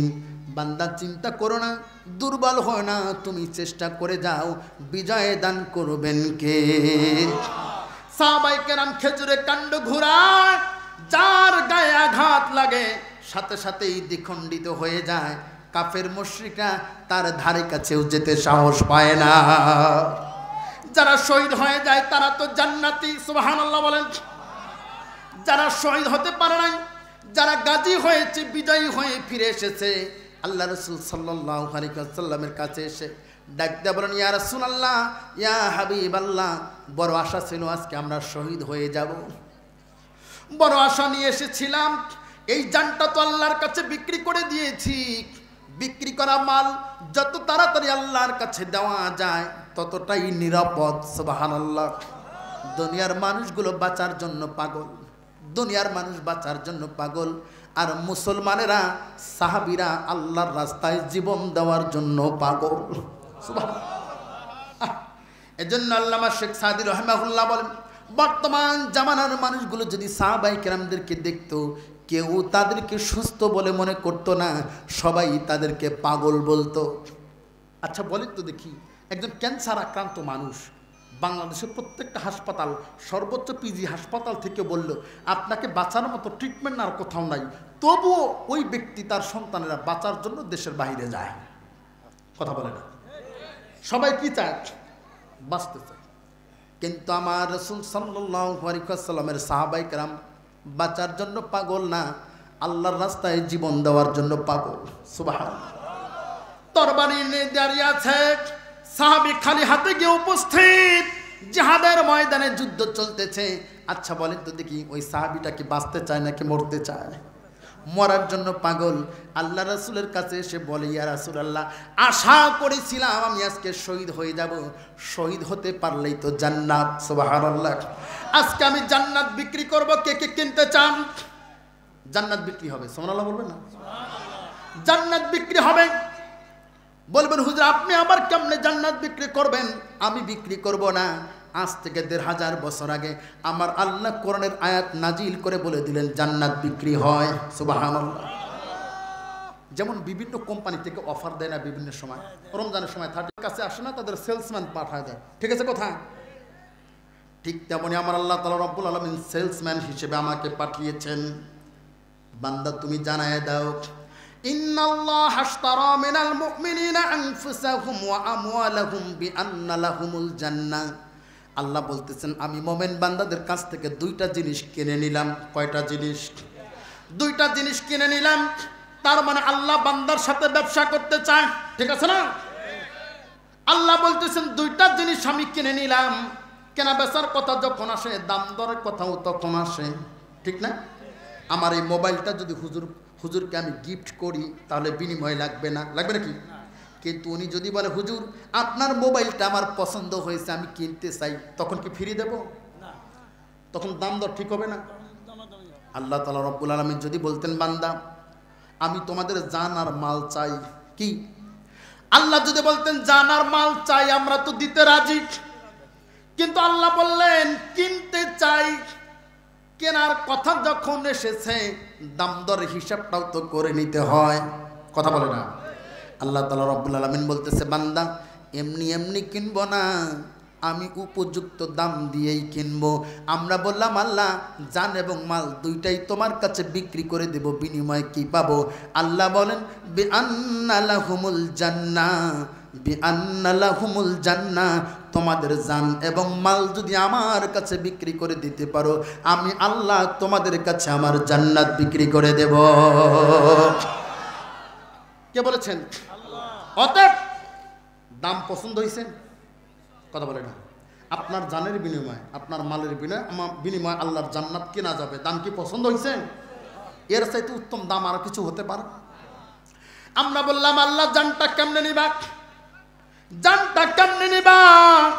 আল্লাহ তাআলা রব্বুল আলামিন বলেন ইউকাতিলুনা ফি সাবিলিল্লাহ, জানটা দিবা আমি আল্লাহর রাস্তায় জিহাদ করে। সুবহানাল্লাহ। জানটা দিবা আমি আল্লাহর রাস্তায় জিহাদ করে। আল্লাহর রাস্তায় জিহাদ তার মানে এই না শুধু মারি খাবেন। আমাদের দেশের হুজুররা শুধু ওয়াজ করে নমনীয় হও, নরম হও, কেউ কিছু বললে কিছু বলা যাবে না। এটা কোরআন বিরোধী বক্তব্য। একজনে আপনার শালা বললো আর আপনি তার দুলাভাই বলবেন, এটা পাইছেন কই? একজনে আপনাকে থাপড় মারলো আর আপনি গাল মালিশ করতে করতে আসবেন, এটা পাইছেন কই? আল্লাহ বলেন ফাইন কাতালুকুম ফাকতুলুহুম, ফাইন কাতালুকুম ফাকতুলুহুম, কেউ যদি অন্যায়ভাবে তোমারে থাপ্পড় দেয়, ঘুষি মাইরা তার নাকের বারান্দা ফাটায় দেবা, এটার নাম ইসলাম। কথা বলেন না? কেউ যদি অন্যায়ভাবে তোমার থাপ্পড় দেয়, ঘুষি মাইরা তার নাকের বারান্দা ফাটায় দিবা। অতএব এখন আর গাল মালিশ করা চলবে না। ইন্ডিয়ার দাদা বাবুরা এখন যদি আমাদেরকে থাপ্পড় দিতে আসে, আমরা ঘুষি দেখাবো। শুনে শুনে আপনারা খুশি হবেন। গতকাল চাঁপাইনবাবগঞ্জের বর্ডারে ভারতের গোবর খাওয়া মালাউনগুলো জয় শ্রীরাম বলে তারা মিছিল করেছে, আর মুসলমান বাঘের বাচ্চাগুলো তাকবীর ধ্বনি দিয়ে বর্ডার কাঁপিয়ে দিয়েছে। আল্লাহু আকবার। 1 ইঞ্চি মাটি এখন ছাড় দেওয়া হবে না। রাজি আছেন ইনশাআল্লাহ?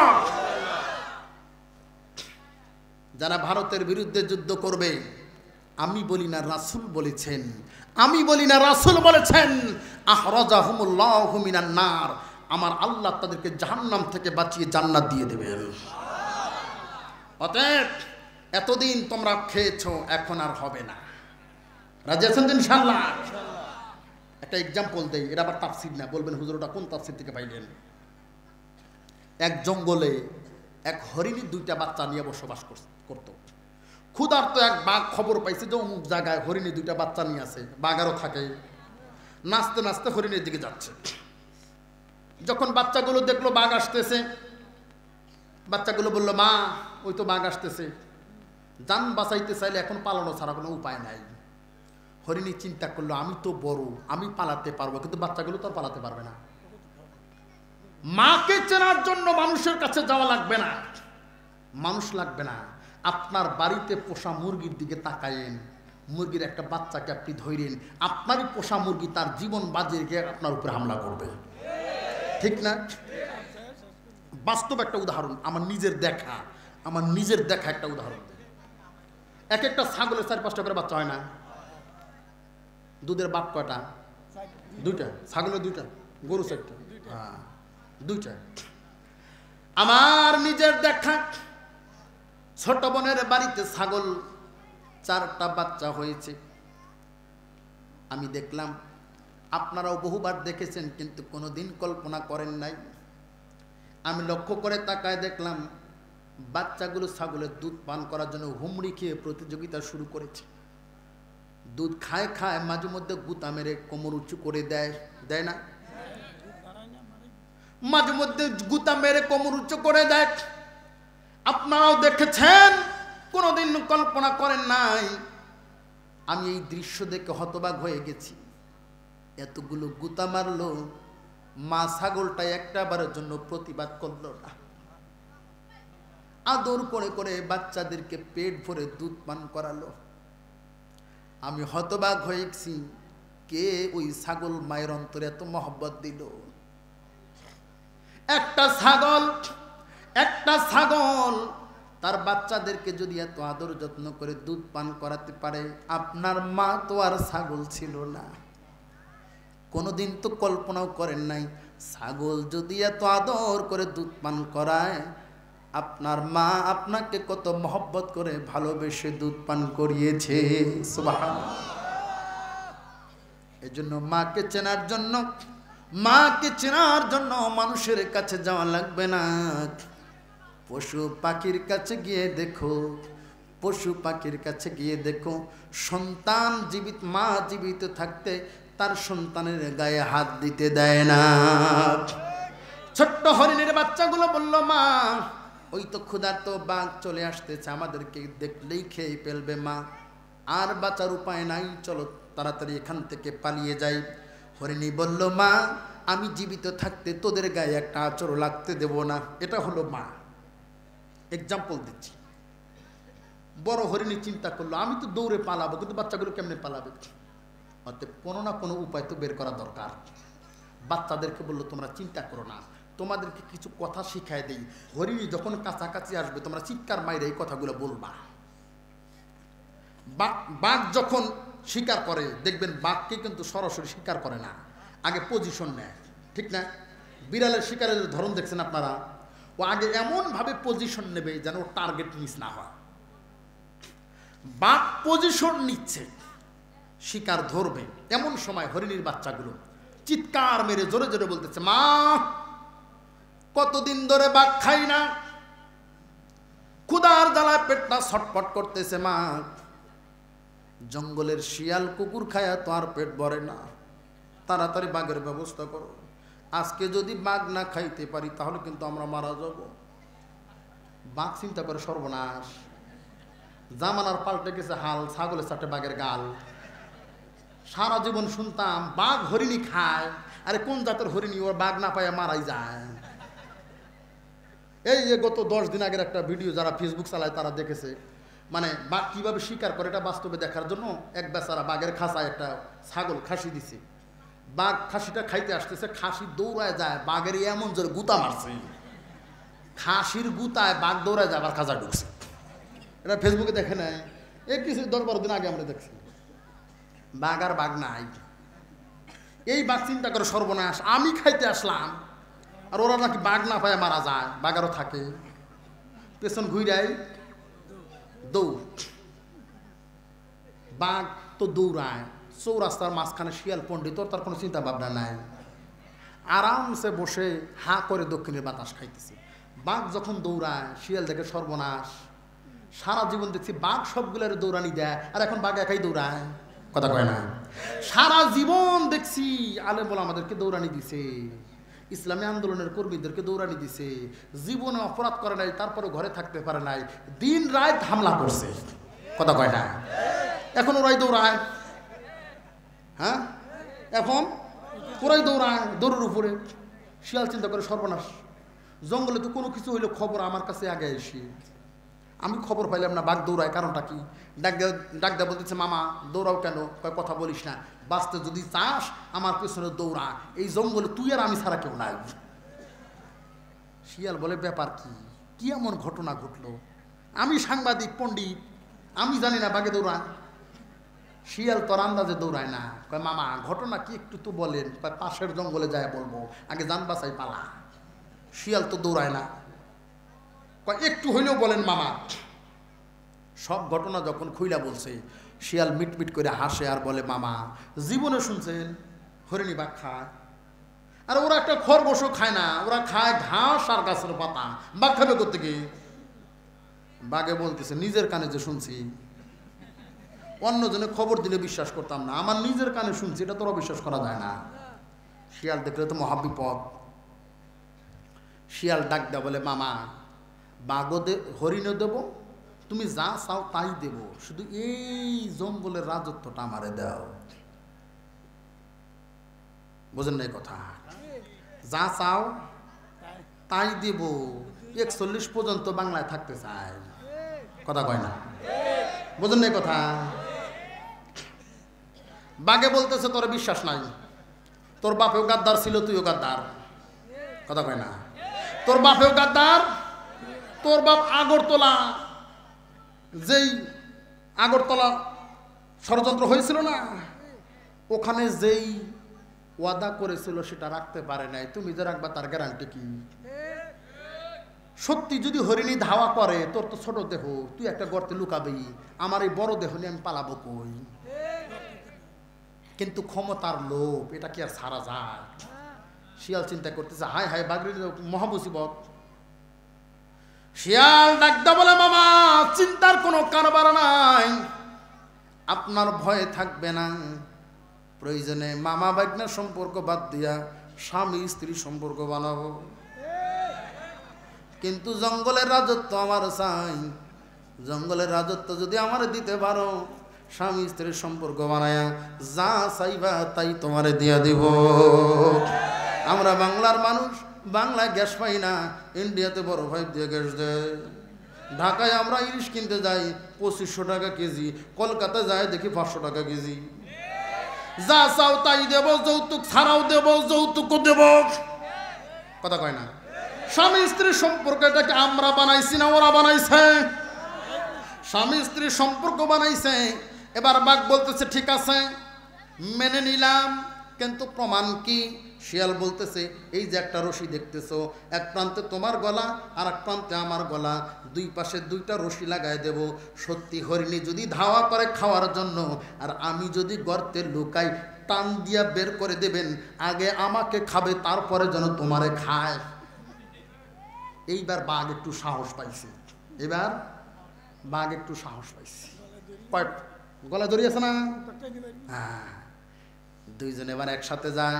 হরিণ শিয়াল খুব খুশি যে রাজত্ব এবার পাইছি 41 সাল পর্যন্ত, ঠিক না? খুব খুশি।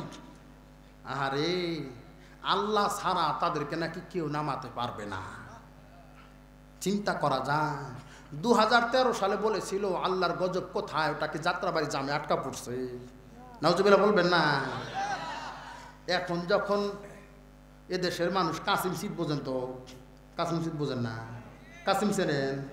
কাসিম রে একবার যদি সিট করে দেন, কেউ সোজা না করলে মরার আগে সোজাও পারে না, ঠিক না? এর কাসিম সিট করে দিছে। এবার বাঘ সাহস পাইছে, চল যায়। দুইটা যখন একসাথে আসে,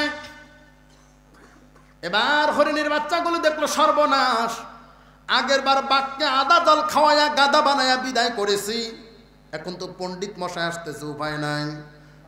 মাকে ডাক দিয়ে বলে, মা চলো পালাইয়া যাই। হরিণীকে বোকা বানানো এত সহজ না। হরিণী দেখলো দুইজনের গলায় স্বামী স্ত্রীর প্রীতির রশি আছে না নাই। ডাক দিয়ে বলে, চিন্তা করিস না, আমি মায়ের শরীরে এক ফোঁটা রক্তবিন্দু থাকতে তোদের ক্ষতি হতে দেব না। বাঘ আর হরিণী যখন, বাঘ আর শিয়াল যখন কাছাকাছি এসেছে, বাঘ দেখাই দেব এই যে। হরিণী এক লাফ দিয়া শিয়ালের সামনে আসা গালের মধ্যে থাপড় কয়েকটা মাইরা বলে, বদমাইশ, তোরে বলছিলাম দুইটা বাঘের গলায় দড়ি দিয়ে নিয়ে আসবি, আর তুই কেন একটা বাঘের গলায় দড়ি দিছিস? আমরা তিনজন, এক একজনের লাগে একটা বাঘ, তোরে কইছি দুইটা বাঘের গলায় দড়ি দিয়ে নিয়ে আসবি, তুই কেন একটা নিয়েছিস? দড়ি আছে না? বাঘে চিন্তা করে সর্বনাশ, ও আমার পাড়া খাওয়াইতে নিয়ে এসে নাই, পাড়া বলি দিতে নিয়েছি, পাড়া বলি দিতে নিয়েছে। বাঘ আরও থাকে পেছনে ঘুরায় দৌড়। বাঘ যখন দৌড়ায়, শিয়ালের অবস্থা কেমন? কথা কয় না? এ গাছে আর ও গাছে, ঠিক আছে কথা?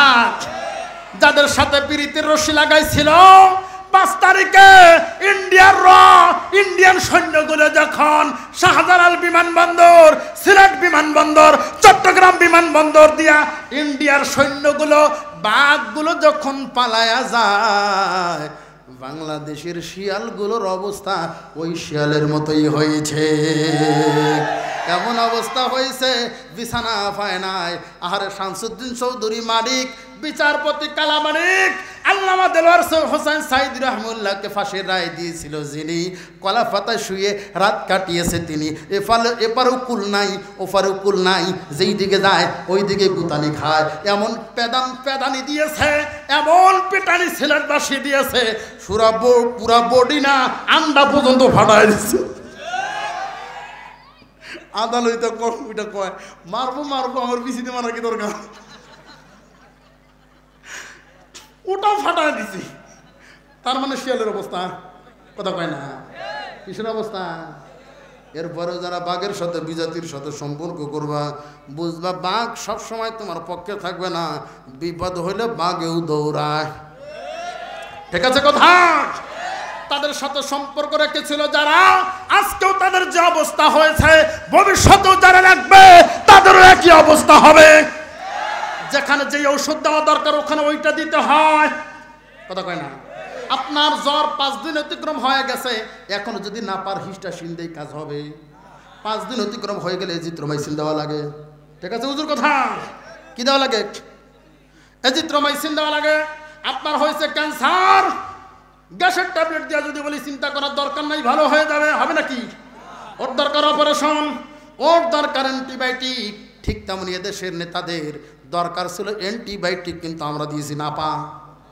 এই জন্য জ্বর ভালো হয় নাই, এখনো নাচানাচি করে।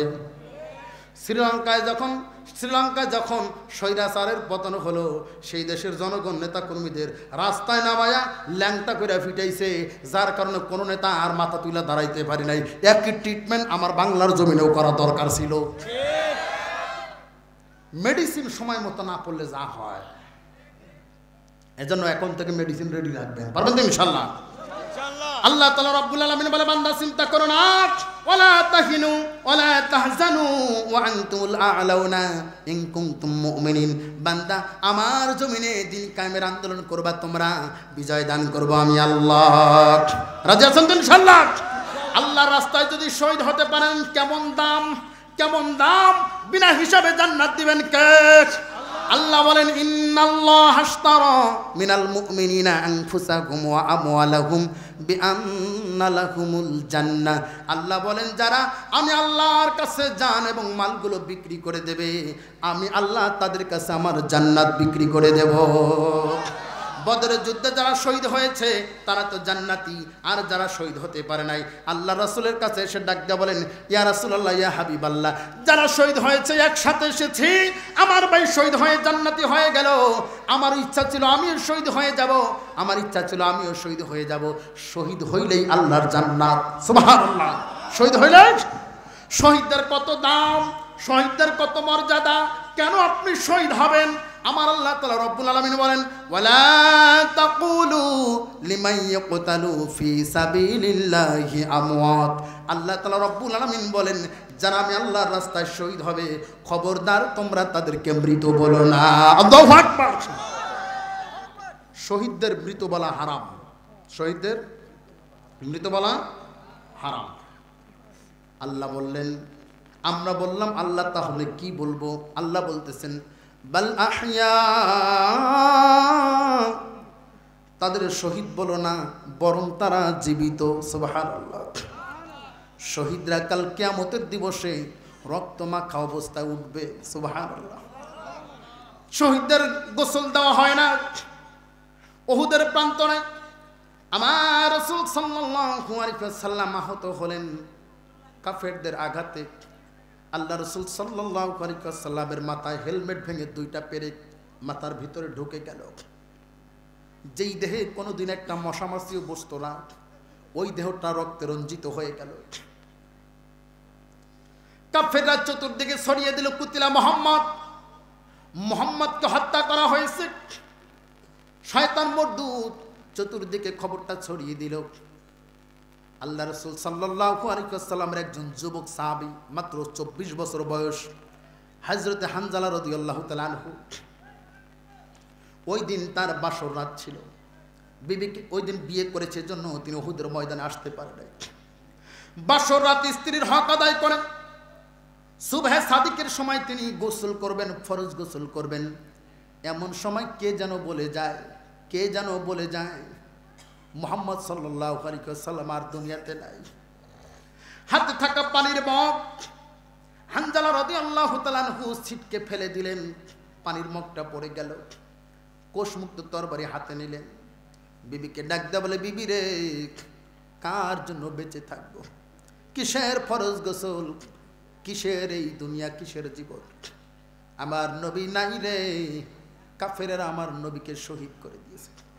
বিবি, তোমার হক আদায় করতে পারি নাই, কোন দাবি দাও আমার উপর রাখবা না, বিদায় দিয়ে দাও গো, দেখা হবে আল্লাহর জান্নাতে। সুবহানাল্লাহ।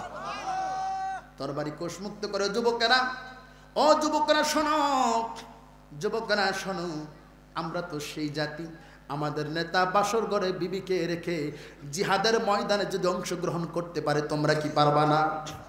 পারবে না ইনশাআল্লাহ?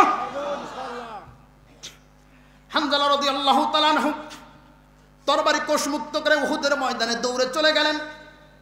কাফেরদের সাথে তুমুল বেগে যুদ্ধ করা শুরু করলেন। কাফের মুশরিকরা চতুর্দিক থেকে ঘিরে ধরল।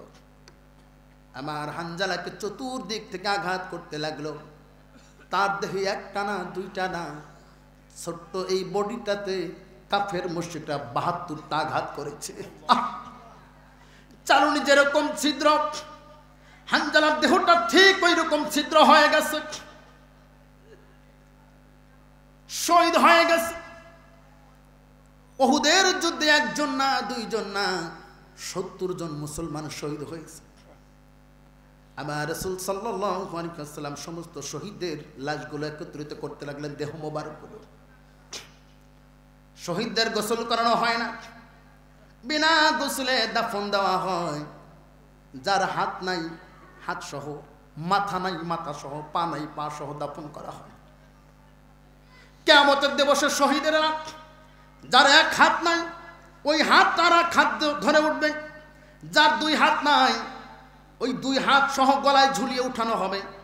যার মাথা নাই, দুনিয়ার জমিন আল্লাহর জমিন আল্লাহ দিন কায়েম করতে যা মাথাটা বিচ্ছিন্ন হয়েছে, দুই হাত দিয়ে মাথা ধরে উঠবে। কিয়ামতের দিবসে কেউ কারো দিকে তাকাবে না, সমস্ত মানুষগুলো শহীদদের দিকে তাকাবে। সারা হাসরের ময়দানে মানুষগুলো উলঙ্গ, আর শহীদরা রক্তমাখা অবস্থা উঠবে। সুবহানাল্লাহ বলেন। এর জন্য তাদের গোসল দেওয়া হয় না। আল্লাহ রাসূল সাল্লাল্লাহু আলাইহি সাল্লাম সাহাবীদের দেহ মোবারকগুলো একত্রিত করতে লাগলেন। হানজালা রাদিয়াল্লাহু তাআলা আনহু যে উহুদের ময়দানে শহীদ হয়েছেন, আমার রাসূল এটা জানেও না। দূর থেকে একজন আনসারী মহিলা নববধূ দৌড়ে আসতে লাগলো। আল্লাহ রাসূল সাল্লাল্লাহু আলাইহি ওয়াসাল্লামকে ডাক দিয়ে বলেন, ইয়া রাসূলুল্লাহ, ইয়া হাবিবাল্লাহ, আমি জানি গো শহীদদের গোসল দেওয়া হয় না, কিন্তু আমার হানজালা, আমার স্বামী হানজালা গোসল ছাড়া তাকে দাফন দেবেন না। আল্লাহ রাসূল হতবাক হয়ে গেছে, তিনি জানেও না হানজালা এসেছে। আনসারী মহিলা ডাকতে বলে, ইয়া রাসূলুল্লাহ, আমার স্বামী গত রাত্রে আমার সাথে ছিলেন, আমাদের বাসর ছিল, আমার হক আদায় করে তিনি গোসল করবেন। কে যেন বলে যায় কুতিলা মুহাম্মদ। এই কথা শুনে আমার স্বামী আর গোসল করে নাই, তরবারি নিয়ে উহুদের ময়দানে ছুটে এসেছে। আমি বুঝেছি, আমার হৃদয় বলেছে, আমার স্বামী আমাকে বলে এসেছে জান্নাতে দেখা হবে। আমার বিশ্বাস আমার স্বামী শহীদ হয়েছে। ইয়া রাসূলুল্লাহ, আমার স্বামী নাপাক, শহীদেরা যেহেতু সরাসরি জান্নাতি, নাপাক অবস্থায় আমার স্বামীকে দাফন করেন না। আল্লাহ রাসূল সাল্লাল্লাহু আলাইহি সাল্লাম একদল সাহাবীদেরকে বললেন, যাও পানির ব্যবস্থা করো। হযরত আলী রাদিয়াল্লাহু তাআলা আনহুকে দায়িত্ব দিলেন, খুঁজে দেখো কোথায় আমার হানজালা। হযরত আলী রাদিয়াল্লাহু তাআলা আনহু সাহাবীদেরকে নিয়ে উহুদের ময়দান তন্ন তন্ন করে খুঁজলেন, কোথাও হানজালার দেহ নাই। এসে রিপোর্ট করলেন, ইয়া রাসূলুল্লাহ, ইয়া হাবিবাল্লাহ, কোথাও তো হানজালার দেহ পেলাম না। হযরত আলী রাদিয়াল্লাহু তাআলা দাঁড়িয়ে আছেন, এমন সময় লক্ষ্য করলেন তার ডান কাঁধে 2 ফোঁটা পানি পড়ল। তিনি চিন্তা করলেন, মেঘ নাই, বৃষ্টি নাই, পানি আবার কোত্থেকে পড়ে। একটু উপর দিকে তাকিয়ে দেখলেন, উপর দিকে তাকিয়ে দেখলেন যেই হানজালাকে সারা উহুদের ময়দান তন্ন তন্ন করে খুঁজেছি, ওই হানজালার দেহ জমিনে নয়, ওই হানজালার দেহ আমার আল্লাহ আসমানে উঠিয়ে নিয়েছে। হানজালার দেহ থেকে টপ টপ টপ টপ করে পানি পড়তেছে। হযরত আলী রাদিয়াল্লাহু তাআলা আল্লাহ রাসূল সাল্লাল্লাহু আলাইহি ওয়াসাল্লামকে ডাক দিয়ে বলেন, ইয়া রাসূলুল্লাহ, ইয়া হাবিবাল্লাহ, যে হানজালাকে পুরা উহুদের ময়দান খুঁজলাম, কোথাও পাইলাম না, ওই হানজালার দেহটা আমার আল্লাহ আসমানে উঠিয়ে নিয়েছেন। সুবহানাল্লাহ। আমার রাসূল উপর দিকে তাকায় দেখে, তখন হানজালার দেহ থেকে, হানজালার মাথায় লম্বা লম্বা চুল ছিল, হানজালার মাথা থেকে তখনও টপ টপ টপ টপ করে পানি পড়তেছে। সুবহানাল্লাহ। আল্লাহ রাসূল সাল্লাল্লাহু আলাইহি সাল্লাম ডাক দেওয়া বলে, সাহাবীরা আর পানির দরকার নাই, আর পানির দরকার নাই। আমার হানজালাকে আমার আল্লাহ এত বেশি পছন্দ করেছেন, এত বেশি পছন্দ করেছেন, দুনিয়ার পানি দিয়া না, দুনিয়ার পানি দিয়া না রে, আমার হানজালাকে হাউজে কাউসারে পানি দিয়া রহমতের ফেরেশতারা ফরজ গোসলের ব্যবস্থা করে দিয়েছে। দুনিয়ায় একজন আরেকজনের ফরজ গোসলের ব্যবস্থা করে না, একজন আরেকজনের ফরজ গোসলের ব্যবস্থা করে না, কিন্তু আমার হানজালার ফরজ গোসল দুনিয়ার মানুষ না, জান্নাতের ফেরেশতারা দিয়েছে। সুবহানাল্লাহ। দুনিয়ার পানি দিয়া না, দুনিয়ার পানি দিয়া না, হাউজে কাউসারে পানি দিয়ে দিয়েছে।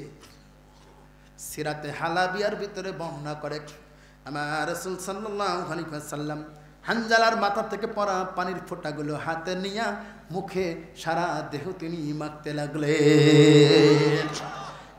যুবকেরা, এমন একজন হানজালার মতো যদি তোমরা হতে পারো, হানজালার ভূমিকায় যদি তোমরা আসতে পারো, হানজালার ফরজ গোসল যদি ফেরেশতারা দিতে পারে, তোমরাও যদি তোমাদের বিবিকে বাসর ঘরে রেখে আল্লাহর জমিনে আল্লাহর দিন কায়েমের জন্য যদি জিহাদের ময়দানে অবতীর্ণ হতে পারো, আল্লাহ তাআলা রব্বুল আলামিন তোমাদেরও ফরজ গোসলের ব্যবস্থা ফেরেশতাদেরকে দিয়ে করাতে পারে কি পারে না? আল্লাহ তাআলা রব্বুল আলামিন ডাক দেওয়া বান্দা, ওয়া উখরা তুহিব্বুনাহা নাসরুম মিনাল্লাহি ওয়া ফাতহুন করিব, ওয়া উখরা তুহিব্বুনাহা নাসরুম মিনাল্লাহি ওয়া ফাতহুন করিব।